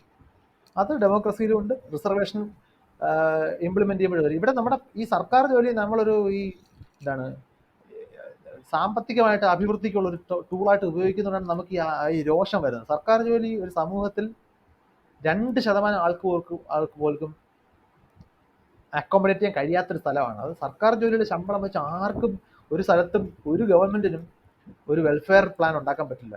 സർക്കാർ എല്ലാവർക്കും സർക്കാർ ജോലി കൊടുത്തിട്ട് സമൂഹത്തിന്റെ സാമ്പത്തിക സ്ഥിതി മെച്ചപ്പെടുത്താമെന്ന് പറഞ്ഞാൽ ഈ സർക്കാർ ജോലി എന്ന് പറഞ്ഞാൽ അതിന് സർക്കാർ ജോലി ചെയ്യുന്ന ആളുകളുടെ എണ്ണം പോപ്പുലേഷന്റെ 2% താഴെയാണ്. അപ്പൊ നിങ്ങൾ ഇനി ആ 2%-ന് എന്തൊക്കെ അഭ്യാസം കാണിച്ചാലും 98% പേര് അതിന്റെ ബെനിഫിറ്റിന് വെളിയിലായിരിക്കും. അപ്പൊ അതുകൊണ്ട് എക്കണോമിക് ബെനിഫിറ്റ് ഉണ്ടാക്കാൻ പറ്റുന്ന ഒരു ടൂൾ അല്ല സർക്കാർ ജോലി. അത് നമ്മൾ ആദ്യം മനസ്സിലാക്കുക. അവിടേക്ക് വരാനുള്ള ബാക്കി മേഖലകൾ, ജോലി എന്നല്ല, വിദ്യാഭ്യാസം ഇത് തന്നെയാണ് പ്രശ്നം. വിദ്യാഭ്യാസം ഒന്നാലേ അവിടേക്ക് വരാൻ പറ്റുള്ളൂ. അപ്പൊ നമ്മുടെ നാട്ടിൽ നിലനിൽക്കുന്ന ഒരു പ്രശ്ന കാരണം ഉണ്ടാകാൻ പോകുന്ന ഒരു കാര്യം കോമ്പൻസേറ്റ് ചെയ്യാനാണ്, ഒരു ഡ്രോബാക്ക് കോമ്പൻസേറ്റ് ചെയ്യാനാണ് നമ്മൾ കൊണ്ടുവന്നത്. അപ്പോൾ എക്കണോമിക് റിസർവേഷൻ റിലയബിൾ ആകുന്നത് ആ ഇഷ്യൂ അല്ലെങ്കിൽ ആ റെപ്രസെൻറ്റേഷൻ എല്ലാവർക്കും ഒരുപോലെ വരുന്നില്ല എന്നുള്ള ഇഷ്യൂ എക്കണോമിക്യുടെ ബേസിലാണ് നടക്കുന്നതെങ്കിലാണ് എക്കണോമിക് റിസർവേഷൻ വേണ്ടി വരുന്നത്. എക്കണോമിയുടെ അടിസ്ഥാനത്തിൽ നടക്കും, പക്ഷെ അതിനകത്താണ്. ഒരേ ജാതിയിൽ സർക്കാർ അല്ലെങ്കിൽ സമ്പത്ത് കൂടിയ ആളിന് സമ്പത്ത് കുറഞ്ഞ ആളിനെ അപേക്ഷിച്ച് പ്രിവിലേജ് കൂടുതലായിരിക്കും. അതല്ല എന്നുണ്ടെങ്കിൽ നമ്മൾ കണ്ണട ചുരുട്ടാക്കിയിട്ട് കാര്യമില്ല. ഇത് നമുക്ക് ചുറ്റും നിലനിൽക്കുന്ന ഒരു യാഥാർത്ഥ്യം. അങ്ങനെ ഇവിടെ ഒരു ക്രിറ്റിസിസം വരും. ഇപ്പോൾ നമ്മൾ കഴിവില്ലാത്ത കുറേ ആളുകളെ എടുത്ത് ഇൻഎഫിഷ്യൻറ്റ് സിസ്റ്റമാണ് ഉണ്ടാക്കുന്നൊരു ക്രിറ്റിസിസം വരുമല്ലോ. ലൈക്ക് മെറിറ്റിനെ നമ്മൾ വാല്യൂ ചെയ്യുന്നില്ല, നമ്മൾ കഴിവില്ലാത്ത. അടുത്ത ചോദ്യം നമുക്ക് മറുചോദ്യം ഉണ്ട്. അതിന് എന്താണ് നിങ്ങൾ മെറിറ്റ് എന്ന് ഉദ്ദേശിക്കുന്നത്? അല്ലെങ്കിൽ എന്ത് കഴിവാണ് നിങ്ങൾക്ക് വേണ്ടത്? അതായത് ഒരു ക്ലാർക്കിന്റെ ജോലി ചെയ്യാൻ നിങ്ങൾക്ക് വേണ്ട കഴിവ് എന്താണ്? അതായത് കഴിവ് അടിസ്ഥാനത്തിലൊന്നും അല്ല. അത് നമ്മൾ കൊണ്ടുനടക്കുന്ന വല്ലാതെ പോപ്പുലറായ തെറ്റിദ്ധാരണകളിൽപ്പെട്ടതാണ്. ഈ കഴിവിന്റെ അടിസ്ഥാനത്തിലാണ് നമ്മൾ ഈ ജോലിക്കാരുടെ. അത് തെറ്റാണ്. കഴിവിന്റെ അടിസ്ഥാനത്തിൽ ആളുകൾ പെർഫോം ചെയ്യുന്നത് ആർട്ടിലും സ്പോർട്സിലും ഒക്കെയാണ്. അപ്പം നിങ്ങളൊരു ക്രിക്കറ്റ് ടീം ഉണ്ടാക്കുമ്പോഴത്തേക്കും അതിനകത്ത് ക്രിക്കറ്റ് നന്നായിട്ട് കളിക്കാൻ അറിയാവുന്ന ആളിനെ സ്ക്രീൻ ചെയ്താണ് എടുക്കേണ്ടത്. കാരണം അവിടുത്തെ ആവശ്യം നിങ്ങൾക്ക് ബോൾ കൃത്യമായിട്ട് ഫേസ് ചെയ്യാൻ പറ്റുന്നുണ്ടോ, മറ്റുള്ളവരെ ഡോഡ്ജ് ചെയ്ത് കൃത്യമായിട്ട് ബോൾ ബൗണ്ടറിയിലേക്ക് വിടാൻ പറ്റുന്നുണ്ടോ, ആ സ്കില്ലുകൾ അവിടെ ആവശ്യമാണ്. നിങ്ങൾ ക്ലാർക്കിന്റെ ജോലി ചെയ്യാൻ ഏതൊരു സാധാരണ ഫോർമൽ എഡ്യൂക്കേഷൻ കിട്ടിയ ആളിനും ചെയ്യുന്ന കഴിവ് മതി. നിങ്ങൾക്ക് എഴുതാനും വായിക്കാനും അറിയാമോ? നിങ്ങൾക്ക് ഈ ഈ ഡെസ്കിൽ ഇരിക്കുന്ന സാധനം അടുത്ത ഡെസ്കിൽ കൊണ്ട് കൊടുക്കുന്നതാണ് നിങ്ങളുടെ ജോലിയെങ്കിൽ നിങ്ങൾക്ക് അതിന് എന്ത് സ്പെഷ്യൽ കഴിവാണ് വേണ്ടത്? അല്ലെങ്കിൽ വേറെ ആർക്കും ഇല്ലാത്ത, അല്ലെങ്കിൽ വളരെ കുറച്ച് ആളുകൾക്ക് മാത്രം ദൈവദത്തമായിട്ട് കിട്ടുന്ന എന്ത് അനുഗ്രഹീതമായ കഴിവാണ് നിങ്ങൾക്ക് അവിടെ വേണ്ടത്? അങ്ങനെ ഒരു കഴിവും ആവശ്യമില്ല. എന്ന് മാത്രമല്ല, അങ്ങനെ ഒരു കഴിവിന്റെ അടിസ്ഥാനത്തിൽ ഒരു സിസ്റ്റം ഉണ്ടാക്കാൻ പറ്റില്ല. അതായത് ഈ നാട്ടിൽ ലക്ഷക്കണക്കിന് ക്ലർക്കുമാരുണ്ട്. നിങ്ങൾക്ക് നന്നായിട്ട് പാടുന്ന ആളുകളെയാണ് ക്ലർക്കായിട്ട് വേണ്ടതെന്ന് വരുത്തിക്കോളൂ. നിങ്ങൾ എങ്ങനെയാണ് ഓഡിഷൻ നടത്തും? അതോ PSC ടെസ്റ്റ് എഴുതിക്കോ? നമുക്കൊരു ഫെയർ സിസ്റ്റം ഉണ്ടാക്കിയെടുക്കാം. അതായത് അൺഫെയർ മീൻസിലൂടെ ആൾക്കാർ അവിടെ എത്തുന്നില്ല എന്ന് ഉറപ്പിക്കാം. ഈ PSC പരീക്ഷയുടെ ഒക്കെ പർപ്പസ് അതാണ്. അത് സെലക്ഷൻ പ്രോസസ് അല്ല, അത് നമ്മൾ മനസ്സിലാവും. അത് എലിമിനേഷൻ പ്രോസസ്സാണ്. അതായത് 10 ലക്ഷം പേര് 10 വേക്കൻസി ഉള്ള ഒരു പോസ്റ്റിലേക്ക് അപ്ലൈ ചെയ്യുന്നു. ഈ 10 ലക്ഷത്തിൽ നിന്ന് 10 പേരെ നിർത്തിയിട്ട് ബാക്കി പേരെ എങ്ങനെ ഒഴിവാക്കാം എന്നാണ് PSC ആലോചിക്കുന്നത്. അവിടെ കഴിവല്ല പരിശോധിക്കുന്നത്. അങ്ങനെയാണെന്നുണ്ടെങ്കിൽ നിങ്ങൾ പോലീസ് ഉദ്യോഗസ്ഥനായുള്ള PSC പരീക്ഷയ്ക്ക് ചോദിക്കുന്ന ചോദ്യങ്ങൾ നിങ്ങൾ നോക്കും. പശുവിന്റെ ഗർഭകാലം അറിയണോ പോലീസ് ഉദ്യോഗസ്ഥൻ? അതുപോലെ മഹാത്മാഗാന്ധിയെ കൊല്ലാൻ നാഥുറാം വിനായക ഗോഡ്സെ വന്ന കാറിന്റെ നമ്പർ പ്ലേറ്റിൽ ഇരിക്കുന്ന നമ്പർ എത്രയാണെന്ന് നിങ്ങൾ അറിയേണ്ട കാര്യമുണ്ടോ? നിങ്ങൾക്ക് ഏത് ജോലി ചെയ്യാനാണ് ഈ കഴിവ് ആവശ്യം? ഇത് എലിമിനേഷനുള്ള ടെക്നിക്ക് മാത്രമാണ്. അപ്പൊ നമ്മൾ ഈ കഴിവ് എന്നൊക്കെ പറയാം, നമ്മുടെ നാട്ടിലെ ഒരു ജോലിയും അത് നിങ്ങളിപ്പോ പ്രൈവറ്റ് ജോലി എടുത്തോളൂ, എവിടെയാണ് ഈ കഴിവിന്റെ അടിസ്ഥാനത്തിൽ വളരെ കുറച്ച് ആളുകളാണ് അവരുടെ എക്സ്ട്രാ ഓർഡിനറി ആയിട്ടുള്ള എന്തെങ്കിലും കേപ്പബിലിറ്റിയുടെ പുറത്ത് നേട്ടങ്ങൾ ഉണ്ടാക്കുന്നത്. അല്ലാത്ത ആൾക്കാർ, നിങ്ങളൊരു സോഫ്റ്റ്വെയർ എഞ്ചിനീയർ അല്ലെങ്കിൽ നിങ്ങളൊരു സോഫ്റ്റ്വെയർ ഫീൽഡിൽ നിൽക്കുന്ന ആളാണല്ലോ. പഠനത്തിലൂടെ നിങ്ങൾ നേടിയെടുത്ത കഴിവുകൾ, നിങ്ങൾക്ക് കിട്ടിയ സ്കില്ലുകൾ, അതിനപ്പുറത്തേക്ക് ഭീകരമായ എന്തെങ്കിലും അനുഗ്രഹീതമായ കഴിവ് ആവശ്യമുണ്ടെന്ന് തോന്നിയിട്ടുണ്ട്, അല്ലെങ്കിൽ അത് അത്യാവശ്യമാണെന്ന് തോന്നിയിട്ടുണ്ട്. ഒട്ടെങ്കിൽ ഉറപ്പായിട്ടും കരിയർ ഗ്രോത്ത് ഉണ്ടാവും, അല്ലെങ്കിൽ പല രീതിയിൽ നമുക്ക് ഓപ്പർച്യൂണിറ്റീസ് ഉണ്ടാവും. പക്ഷെ അവിടെ ജീവിക്കാൻ, സർവൈവ് ചെയ്യാൻ അതിൻ്റെ ആവശ്യമില്ല. കാരണം അങ്ങനെയുള്ളവരെ വെച്ചിട്ടൊരു സിസ്റ്റം ഉണ്ടാക്കാൻ പറ്റില്ല. നിങ്ങളാണ് 10,000 പേർക്ക് ജോലി കൊടുക്കുന്ന ഒരു എംപ്ലോയർ എന്ന് വിചാരിച്ചോളൂ. നിങ്ങൾ ചെയ്യാൻ പോകുന്നത്, നിങ്ങൾക്ക് ചെയ്യേണ്ട ജോലിയെ സാധാരണ ഒരാളിനുള്ള കേപ്പബിലിറ്റി വെച്ച് എക്സിക്യൂട്ട് ചെയ്യാൻ കഴിയുന്ന യൂണിറ്റുകളാക്കി മാറ്റും. അപ്പം അങ്ങനെയാണെന്നുണ്ടെങ്കിൽ നിങ്ങൾക്ക് ആളുകളെ കിട്ടിയാൽ മതി. ഇല്ലെങ്കിൽ നിങ്ങൾക്ക് സ്കെയിൽ ചെയ്യാൻ പറ്റില്ല. കാരണം നിങ്ങൾക്ക് ഇത്ര കഴിവുള്ള ആളുണ്ട്. നിങ്ങൾക്ക് വളരെ കിടിലം ഓർമ്മശക്തിയുള്ള കുറെ ആൾക്കാരെ വെച്ചാണ് നിങ്ങളൊരു ജോലി ഉണ്ടാക്കുക. നിങ്ങൾ 100 പേര് ഉൾപ്പെടുന്ന ഒരു കമ്പനിയായിട്ട് വളർന്നു. കമ്പനി പോകും. അപ്പൊ അല്ല പോട്ടെ, ഒരാൾ പോകുന്ന ഒഴിവാക്കിക്കോളൂ. ഞാൻ ഇങ്ങനെ വളർന്ന് ലാഭം ഉണ്ടാക്കുകയാണ്, എനിക്കിത് സ്കെയിൽ ചെയ്യണം. ഒരു 2 സിറ്റികളിൽ കൂടെ എനിക്ക് ബ്രാഞ്ച് തുടങ്ങണം. ഞാൻ 200 പേരെ കൂടെ കണ്ടുപിടിക്കണ്ടേ? ഞാൻ എവിടെ പോയി കണ്ടുപിടിക്കും? അത് വയബിൾ ആയിട്ടുള്ള ടെക്നിക്കല്ല. ലോകത്ത് ഒരു എംപ്ലോയറും ഈ ടെക്നിക്ക് ഉപയോഗിക്കില്ല. ആ ടെക്നിക്ക് ഉപയോഗിക്കാനുള്ള മണ്ടത്തരം കാണിക്കുന്ന ആൾ ആ വലിയ സ്കെയിലുള്ള എംപ്ലോയറായിട്ട് മാറില്ല. കാരണം അതെല്ലാം വളരെ, നിങ്ങൾക്ക് ബേസിക് എഡ്യൂക്കേഷൻ എല്ലാവരും പഠിപ്പിക്കുന്ന എന്തിനാണ്? അതാ സ്കില്ലാണ്. നിങ്ങൾക്ക് വായിക്കാനും എഴുതാനും അറിയണം, നിങ്ങൾക്ക് ബേസിക് സ്കിൽ ഉണ്ടാകണം, നിങ്ങൾക്ക് ബേസിക് അനലിറ്റിക്കൽ സ്കിൽ ഉണ്ടാകണം. ഫൈൻ. ഇത് ഈ നാട്ടിലെ ഭൂരിഭാഗം പേർക്ക് ഉണ്ടെന്നേ. അപ്പോൾ അതുകൊണ്ട് നമ്മൾ ഈ കഴിവെന്നൊക്കെ പറയുന്നത് നമുക്ക് കിട്ടാത്ത നമ്മുടെ ഫ്രസ്ട്രേഷൻ ചൂണ്ടിക്കാണിക്കാൻ അല്ലെങ്കിൽ അത് പ്രകടിപ്പിക്കാൻ നമുക്ക് ഉപയോഗിക്കാതിനപ്പുറത്തേക്ക് ആ വാദത്തിൽ കാര്യമായി കലമ്പില്ല. ഓക്കെ, അങ്ങനെയാണെങ്കിൽ അടുത്ത ചോദിക്കും, ഈ ഫെമിനിസത്തെ കുറിച്ചുള്ള വീക്ഷണം എന്താണ്? കാരണം ഫെമിനിസ്റ്റ് എന്ന ഒരു വീഡിയോ പറഞ്ഞു, ഞാൻ സ്വയം ഒരു ഫെമിനിസ്റ്റായിട്ട് പറയാൻ മടിക്കുന്നുണ്ട് എന്ന് ഞാൻ പറഞ്ഞതായിട്ട് എനിക്കൊരു ഓർമ്മയുണ്ട്. അത് ഈ ഫെമിനിസം എന്താണ്, ഞാനത് മടിക്കാൻ കാരണം നേരത്തെ പറഞ്ഞ ഒരു പ്രശ്നമാണ്. പ്രത്യേകിച്ച് ഫെമിനിസം ഒക്കെ ഇങ്ങനെ ലോഡാക്കി വെച്ചിട്ടുണ്ട് ആൾക്കാർ. ഫെമിനിസത്തിൽ നിലപാടും ഫാക്റ്റും തമ്മിൽ തിരിച്ചറിയാൻ കഴിയുന്നില്ല. ആൾക്കാർ ഞാനാണോ നീയാണോ കൂടുതൽ മികച്ച ഫെമിനിസ്റ്റ് എന്ന മത്സരത്തിലാണ്. അപ്പം പൊതുവിൽ ഞാനൊരു തീരെ താർക്കിക ആറ്റിറ്റ്യൂഡ് ഇല്ലാത്ത ആളാണ്. എനിക്ക് ആരും തർക്കിച്ച് ജയിക്കാൻ താല്പര്യമില്ല, ആരടുത്ത് മത്സരിച്ച് ജയിക്കാനും താല്പര്യമില്ല എന്നുള്ളതുകൊണ്ടാണ് ഞാൻ ഈ വാക്ക് ഉപയോഗിക്കുന്നില്ല. ഞാനൊരു ഫെമിനിസ്റ്റ് ആണെന്ന് പറയുന്ന നിമിഷം മുതൽ ഞാൻ എൻ്റേതല്ലാത്ത ഒരുപാട് കാര്യങ്ങൾക്ക് ബാധ്യത ഏറ്റെടുക്കേണ്ടി വരും. പിന്നെ ഈ ഒരു ചരട് കെട്ടിയിട്ട് അതിൻ്റെ മുകളിൽ കൂടെ നടക്കുന്ന ഫീലാണ്. ഒന്ന് തെന്നി കഴിഞ്ഞാൽ ഇത് നമ്മൾ താഴെ വീഴും, ആൾക്കാർ വളയും. അപ്പം അതുകൊണ്ട് ഫെമിനിസ്റ്റ് അല്ല എന്ന് പറഞ്ഞാൽ ആ പ്രശ്നം ഒഴിവാക്കാം എന്നുള്ളതുകൊണ്ടാണ്. ഞാൻ അടിസ്ഥാനപരമായിട്ട് ജനാധിപത്യവാദിയാണ്. ജനാധിപത്യത്തിൽ പൗരൻ എന്ന വാക്കാണ് ഉപയോഗിക്കുന്നത്, സിറ്റിസൺ എന്ന വാക്കേ ഉള്ളൂ. അതിന് സ്ത്രീലിംഗോ പുല്ലിംഗോ ഇല്ല. അതിൻ്റെ കാരണം അതോടെ റെലവൻ്റ് അല്ലാത്തതുകൊണ്ടാണ്. അപ്പോൾ ഈ സമൂഹത്തിലെ കാര്യങ്ങളിലൊന്നും ഒരാളുടെ അവകാശങ്ങളും അയാളുടെ അവസരങ്ങളും തീരുമാനിക്കുന്നതിൽ അയാൾ ഏത് ജെൻഡറിൽപ്പെട്ട ആളാണോ, അയാൾ ആണാണോ പെണ്ണാണോ ട്രാൻസ് ആണോ എന്നതിന് അവിടെ റെലവൻസ് ഇല്ല. ആ അർത്ഥത്തിൽ വേണമെങ്കിൽ അതാണ് എൻ്റെ നിലപാട്. അതിനെ നിങ്ങൾക്ക് ഫെമിനിസ്റ്റ് എന്ന് വിളിക്കാമെങ്കിൽ വിളിക്കാം, ഞാൻ വിളിക്കുന്നില്ല എന്നേ ഉള്ളൂ. അങ്ങനെയാണെങ്കിൽ ഈ ഇർറിലീജിയൻ ഇൻ യൂറോപ്പിലുള്ള മതമുക്തമായിട്ടുള്ള അവസ്ഥ, അവിടെ പറയുന്നൊരു സംഭവിച്ചാൽ അവിടെ ആരും യുക്തിവാദ പ്രസ്ഥാനങ്ങളോ സ്റ്റേജ് കെട്ടി പ്രസംഗങ്ങളോ നടത്തിയിട്ടൊന്നുമല്ല. അവിടെ എക്കണോമിക് മാറ്റങ്ങൾ വന്നതിന് ശേഷമാണ് അവിടെ കുറഞ്ഞത്. അപ്പം നിങ്ങൾ ഈ കേരളത്തിൽ ഈ പ്രസംഗങ്ങളും സ്റ്റേജ് കെട്ടി സംസാരിക്കുന്ന യൂട്യൂബ് വീഡിയോ ഒക്കെ ജസ്റ്റ് ഒരു വേസ്റ്റ് എക്സസൈസ് മാത്രമാണ് എന്നൊരു ആരോപണമുണ്ട്. അപ്പോൾ അതിനോട് എങ്ങനെയാണ് വൈശാഖൻ തമ്പി പ്രതികരിക്കുന്നത്? നമ്മൾ സമൂഹങ്ങളെ താരതമ്യം ചെയ്യുമ്പോൾ എപ്പോഴും മറക്കാൻ പാടില്ലാത്തൊരു കാര്യം, സമൂഹങ്ങളിൽ ഒന്നും ഒറ്റയ്ക്ക് സംഭവിക്കുന്ന പ്രതിഭാസങ്ങളല്ല. സമൂഹത്തിലെ ഓരോ കാര്യങ്ങളും പരസ്പരം ഇൻറ്ററാക്ട് ചെയ്യുന്നുണ്ട്. അപ്പോൾ കമ്പാരിസൺ എപ്പോഴും ഒരുമിച്ചാവണം. അതായത് ഇപ്പോൾ നമ്മൾ ബാംഗ്ലൂരും കേരളവും തമ്മിൽ ആൾക്കാർ കമ്പയർ ചെയ്യുന്നതാണ്. ബാംഗ്ലൂരിലൊക്കെ ഭയങ്കര ഡെവലപ്മെൻ്റ് ആണ്, കേരളത്തിൽ ഡെവലപ്മെൻ്റ് ഇല്ല. അത് നല്ല ഒന്നാന്തരം വിവരക്കേടാണ് കമ്പാരിസൺ. കാരണം ബാംഗ്ലൂർ എന്ന് പറയുന്നത് ഒരു സ്റ്റേറ്റിനകത്തിരിക്കുന്ന ഒരു ക്യാപിറ്റൽ മെട്രോപൊളിറ്റൻ സിറ്റിയാണ്. കേരളം ഒരു സ്റ്റേറ്റ് ആണ്. അത് രണ്ടും വെരി വെരി ഡിഫറൻ്റ് ആയിട്ടുള്ള പൊളിറ്റിക്കൽ സ്റ്റാറ്റസ് ഉള്ള പ്രദേശങ്ങളാണ്. കമ്പാരിസൺ കേരളവും കർണാടകവും തമ്മിലാണ്. ഡെവലപ്മെന്റ് ഇൻ കർണാടകവും ഡെവലപ്മെന്റ് ഇൻ കേരളം തമ്മിലാണ് കമ്പാരിസൺ വരേണ്ടത്, അല്ലാതെ ബാംഗ്ലൂരിലെയോ കേരളത്തിലെയോ കമ്പാരിസൺ അല്ല. ഞാൻ പറയുന്നത് നാടുകളെയും സമൂഹങ്ങളെയും തമ്മിൽ കമ്പയർ ചെയ്യുമ്പോൾ ഈ പ്രശ്നമുണ്ട്. ഇപ്പം നമ്മുടെ നാടും യൂറോപ്പിലെ ഒരു രാജ്യവും തമ്മിൽ, ഇന്ത്യയും ഒരു യൂറോപ്യൻ രാജ്യവും തമ്മിൽ കമ്പയർ ചെയ്യുമ്പോൾ ഒരുപാട് കാര്യങ്ങളിൽ അവർ ഡിഫറൻ്റ് ആണ്. അത് റിലിജൻ്റെ കാര്യത്തിൽ മാത്രമല്ല, അതായത് ഹിസ്റ്റോറിക്കലി നമ്മൾ ഡിഫറൻ്റ് ആണ്. നമ്മളുടെ റിസോഴ്സസിൻ്റെ കാര്യത്തിൽ നമ്മൾ ഡിഫറൻ്റ് ആണ്. നമ്മളുടെ കൾച്ചറൽ ട്രഡീഷൻ്റെ കാര്യത്തിൽ നമ്മൾ ഡിഫറൻ്റ് ആണ്. അതായത് എന്തൊക്കെ കൾച്ചറൽ ധാരകളാണ് നമ്മളെ സ്വാധീനിച്ചിട്ടുള്ളത്, അതല്ല യൂറോപ്പിലെ ഫ്രാൻസിനെ സ്വാധീനിച്ചിട്ടുള്ളത്. വ്യത്യാസമുണ്ട്. നമ്മുടെ രാജ്യം കടന്നുപോയത് പോലുള്ള പ്രക്ഷോഭങ്ങളിൽ കൂടെ അല്ല ഫ്രാൻസ് കടന്നുപോയിട്ടുള്ളത്. ഫ്രാൻസിൽ നടന്ന ഫ്രഞ്ച് വിപ്ലവത്തിന്റെ സ്വഭാവം ആയിരുന്നില്ല ഇന്ത്യയിൽ നടന്ന സ്വാതന്ത്ര്യ സമരത്തിന്. ഇന്ത്യയിൽ നടന്ന സ്വാതന്ത്ര്യ സമരത്തിന്റെ ഡയറക്റ്റ് കോൺസിക്വൻസ് ആണ് ഇന്ത്യയിൽ നിലവിൽ വന്ന ആദ്യത്തെ ഗവൺമെന്റ്. അതിന്റെ ഭാഗമായിട്ടാണ് ഇന്ത്യൻ കോൺസ്റ്റിറ്റ്യൂഷൻ ഉണ്ടാകുന്നത്. ഫ്രാൻസിൽ ഫ്രഞ്ച് വിപ്ലവം നടന്ന വേറെ പശ്ചാത്തലത്തിലാണ്. ഞാൻ പറയുന്നത് ഇതിനെ ഇങ്ങനെ മാറ്റി നിർത്തിയിട്ട് നമ്മൾ വേറെ വേറെ ചർച്ച ചെയ്താൽ അതിനകത്ത് ആ ചർച്ചയിൽ കാര്യമില്ല, നമുക്ക് എന്തെങ്കിലുമൊക്കെ പറഞ്ഞുകൊണ്ടിരിക്കാം എന്നുള്ളൂ.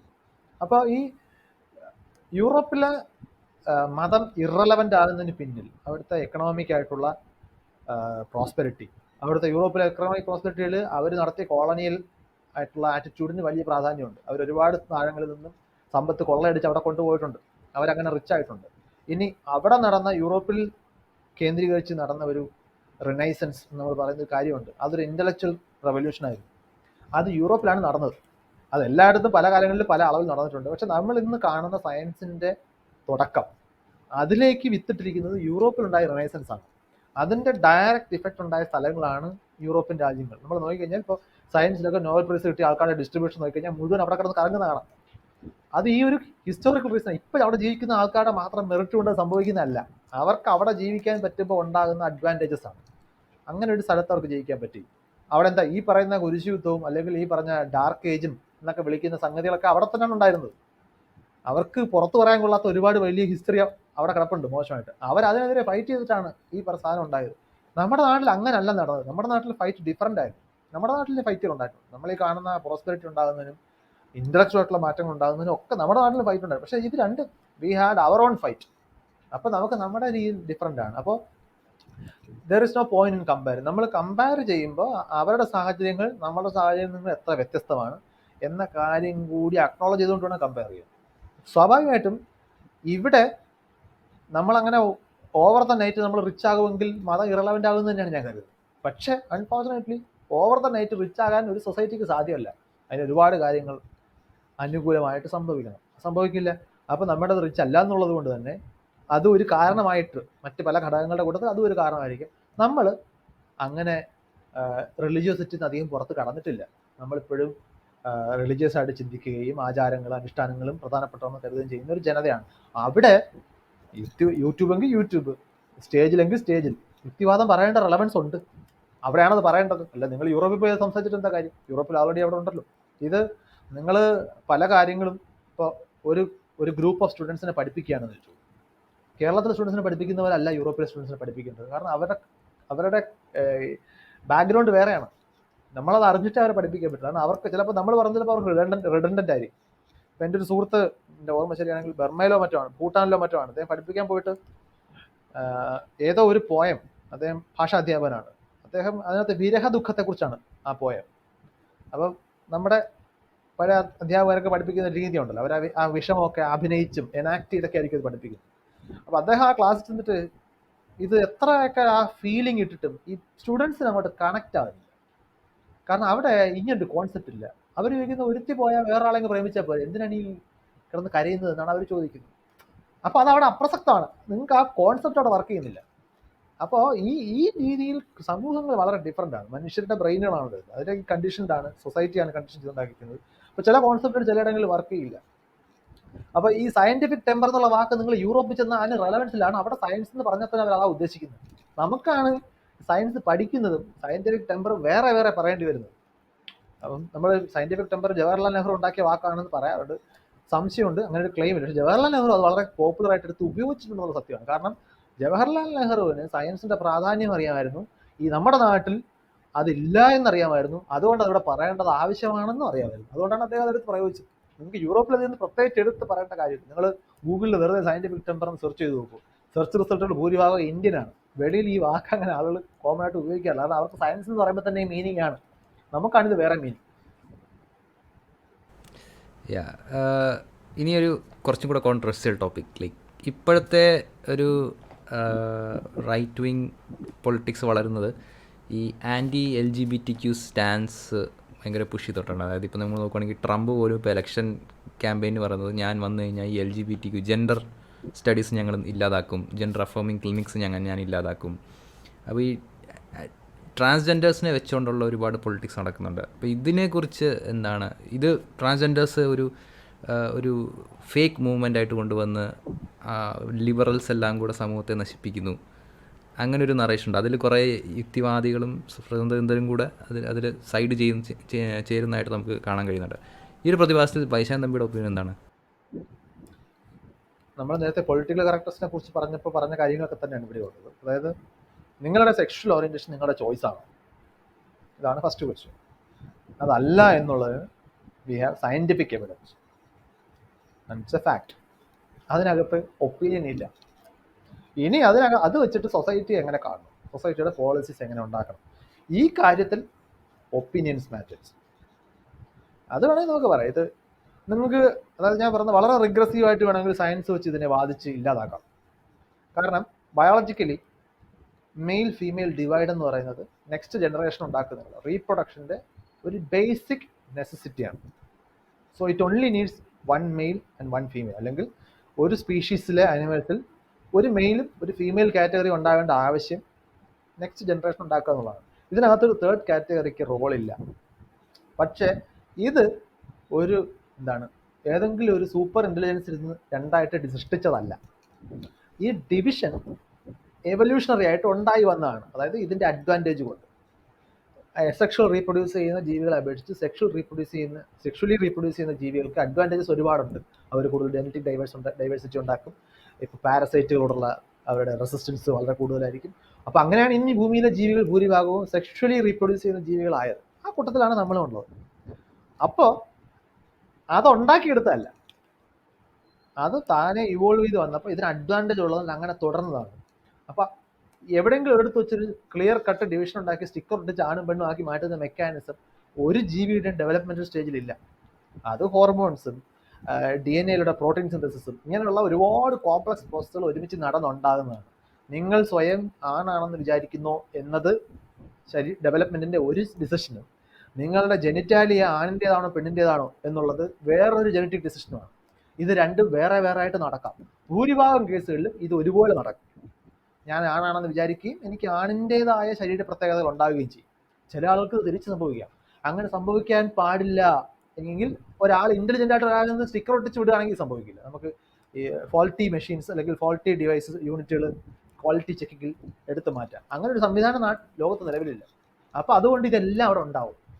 എങ്ങനെയാണോ ചില ആളുകൾക്ക് കറുത്ത നിറം വരുന്നത്, എങ്ങനെയാണോ ചില ആളുകളുടെ കൃഷ്ണമണി നീല നിറത്തിലാകുന്നത്, എങ്ങനെയാണോ ചില ആളുകളുടെ ശരീരം കൂടുതൽ രോമമുള്ളതാകുന്നത്, അതുപോലെ ചില ആളുകൾക്ക് ഈ 100% ആണെന്നോ 100% പെണ്ണെന്നോ ഭൂരിഭാഗം ആളുകളിലും 100% ആണും 100% പെണ്ണും ഇല്ല. ഈ സ്പെക്ട്രമാണ് ഇതിങ്ങനെ അവിടെ ഇവിടെയാണ് കിടക്കുന്നത്. അപ്പോൾ ആ വ്യത്യാസം ഉണ്ട്. ഇത് സയൻറ്റിഫിക്കാണ്. നിങ്ങൾക്ക് വേണമെങ്കിൽ റീപ്രൊഡക്ഷൻ്റെ അടിസ്ഥാന ആവശ്യം ആണും പെണ്ണും ആണ് എന്നുള്ളത് കൊണ്ട് ഇത് രണ്ടും ക്ലിയറായിട്ട് ഡിഫൈൻ ചെയ്യാൻ പറ്റാത്ത ആളുകൾ ഈ ലോകത്ത് ആവശ്യമില്ല എന്ന് വാദിക്കാം. അത് നിങ്ങളുടെ നിലപാടാണ്. അത് എത്രത്തോളം മാനുഷികമാണെന്നുള്ളത് നിങ്ങൾക്ക് തീരുമാനിക്കാം.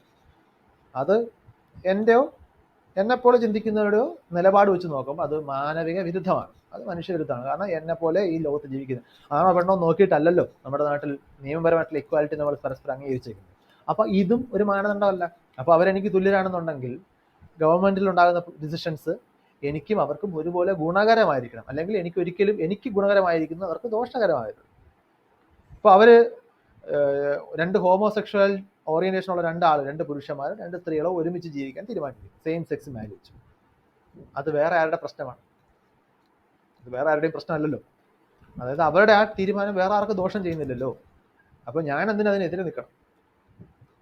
ഈ എതിര് നിൽക്കുന്നത് മനുഷ്യന്റെ ട്രൈബൽ ഐഡന്റിറ്റി ഒക്കെ ഉണ്ട്. അതായത് എന്നെ പോലെ ഇരിക്കാത്തവരെല്ലാം എൻ്റെ ശത്രുക്കളാണ് എന്നാണ് നമ്മൾ എപ്പോഴും ചിന്തിക്കുക. ഞാനാണോ, ഞങ്ങളിൽപ്പെട്ടവരാണോ, അവരിൽപ്പെട്ടവരാണോ? ഈ ഒരു പ്രാകൃതമായിട്ടുള്ള വളരെ റോ ആയിട്ടുള്ള ജനറ്റിക് വീക്ക്നെസ് ആണ് അവിടെ പ്രകടിപ്പിക്കുന്നത്. അത് ഒരു അൺഎഡ്യൂക്കേറ്റഡ് ആയിട്ട് റോ ആയിട്ട് ജീവിക്കുന്ന ആളുകളാണ് പ്രകടിപ്പിക്കുന്നുണ്ടെങ്കിൽ അത് കുഴപ്പമില്ല. പക്ഷെ അത് അങ്ങനെ ചിന്തിക്കുന്നവർ നാഷണൽ ലീഡേഴ്സും പോളിസി മേക്കേഴ്സും ഒക്കെ ആയിട്ട് വരുമ്പോഴാണ് അത് മനുഷ്യദ്രോഹപരമായിട്ട് മാറുന്നത്. അപ്പോൾ ഇതിൽ എൻ്റെ നിലപാട് വളരെ ക്ലിയർ ആണ്. ഇത് അവരുടെ ഓറിയന്റേഷനോ അല്ലെങ്കിൽ ഏതൊരാളും ആയിക്കോട്ടെ, ഞാൻ ഈ അവരെന്ന് പറയുന്നത് തന്നെ ഒരർത്ഥത്തിൽ മോശകരമായിട്ട് പ്രയോഗമാണ്. നമ്മുടെ കൂട്ടത്തിൽ കുറേ ആളുകൾക്ക് ചിലപ്പോൾ സെയിം സെക്സിനോടായിരിക്കും ഓറിയന്റേഷൻ, ചിലപ്പോൾ 2 ലിംഗത്തിൽപ്പെട്ട ആളുകളോട് അവർക്ക് ഒരുപോലെ ഒത്തുപോകാൻ പറ്റുമായിരിക്കും. അത് അവരുടെ ഈ സമൂഹത്തിലെ സ്റ്റാറ്റസിനെ ബാധിക്കാൻ പാടില്ല എന്നുള്ളതാണ് എൻ്റെ നിലപാട്. അവർ നമുക്ക് തുല്യരായിരിക്കുന്നിടത്തോളം കാലം അവരുടെ ഡിസിഷൻസ് വേറെ ആർക്ക് ശല്യമാകാതിരിക്കുന്നിടത്തോളം കാലം അവരുടെ ഡിസിഷനാണ്. അവർക്ക് ആ ഡിസിഷൻ എടുക്കാനുള്ള സ്വാതന്ത്ര്യം ഈ നാട്ടിൽ ഉണ്ടാവണം.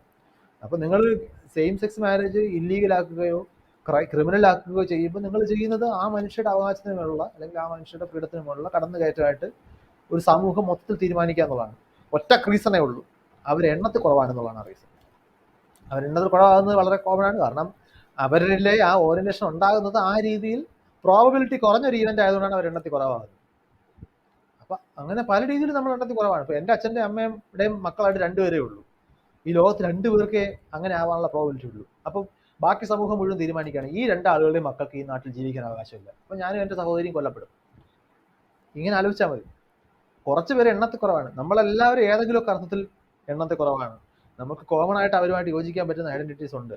എന്തുകൊണ്ട് നമ്മളും കേരളത്തിലെ ഒരു ഹോമോസെക്ഷൽ കപ്പിൾ നമ്മളെപ്പോലെ ഇന്ത്യൻസ് ആണെന്നും നമ്മളെപ്പോലെ കേരളീയരാണെന്നും നമ്മളെപ്പോലെ മലയാള ഭാഷ സംസാരിക്കുന്നവരാണെന്നും നമ്മളെപ്പോലെ മോഹൻലാലിന്റെ സിനിമ ഇഷ്ടപ്പെടുന്നവരാണെന്നും തുടങ്ങിയ സാമ്യങ്ങൾ നമ്മൾ കാണുന്നില്ല.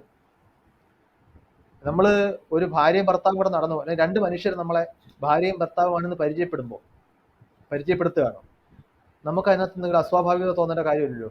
അപ്പോൾ നമ്മൾ ഓട്ടോമാറ്റിക്കലി ഊഹിക്കും അവർക്ക് ഒരേ വീട്ടിലാണ് അവർ താമസിക്കുന്നത്, ചിലപ്പോൾ അവർക്ക് 2 പേർക്കും കൂടെ മക്കളെന്ന് വിളിക്കാവുന്ന കുറച്ച് ആൾക്കാരുണ്ടാവും. അതിനകത്ത് അവർ തമ്മിൽ സെക്സ് ചെയ്യുന്നതല്ലല്ലോ നമ്മുടെ മനസ്സിൽ ആദ്യം വരുന്നത്. പിന്നെ എന്തുകൊണ്ടാണ് 2 മനുഷ്യർ സെയിം സെക്സിൽപ്പെട്ട 2 ആൾക്കാർ അവർ കപ്പിളാണെന്ന് പറയുമ്പോൾ നമുക്ക് ഈ കാര്യം ആദ്യം ഓർമ്മ വരുന്നത്? നമ്മളെപ്പോലെ അല്ലാത്തതുകൊണ്ട് നമ്മളതല്ലാതെ അതിനകത്ത് ഇങ്ങനെ തൂങ്ങി കിടക്കുകയാണ്. നമ്മുടെ വിഷയം അതല്ല. അത് ഇതിനകത്ത് വേറെ ഒരുപാട് കാര്യങ്ങളുണ്ട്. അപ്പൊ അത് മനസ്സിലാക്കുമ്പോഴത്തേക്കും മനുഷ്യരാണെന്നും മനുഷ്യർക്ക് ആണ് അവകാശമുള്ളതെന്ന് മനസ്സിലാക്കിയ പ്രശ്നം കഴിഞ്ഞു. ഇതിൽ ഒരു ഞാൻ കാണുന്ന ഒരു സംബന്ധിച്ച് ചില പ്രോഗ്രസീവ് പൊളിറ്റിക്സ് പറയുന്ന ആളുകൾ പോലും പറയുന്നത് ഈ ജെൻഡർ എന്ന് പറയുന്ന സംഭവത്തിന് ശാസ്ത്രീയ അടിത്തറയില്ലെന്നും അതുകൊണ്ട് തന്നെ ഇപ്പോൾ ഏതെങ്കിലും ട്രാൻസ്ജെൻഡർ ആയിട്ടുള്ള ആൾ എന്നെ ഒരു സ്ത്രീയായിട്ട് പരിഗണിക്കണം എന്ന് പറയുമ്പോൾ ഞാൻ പരിഗണിക്കില്ല. ഒരിക്കലും നിൻ്റെ ബയോളജി മാത്രമേ ഞാൻ നോക്കൂ, നിൻ്റെ ക്രോമസോം മാത്രമേ ഞാൻ നോക്കൂ, അല്ലെങ്കിൽ ചിലപ്പോൾ നിൻ്റെ ജനറ്റീൽ എന്താണോ അത് വെച്ച് മാത്രമേ ഞാൻ നിന്നെ കാറ്റഗറൈസ് ചെയ്യത്തുള്ളൂ.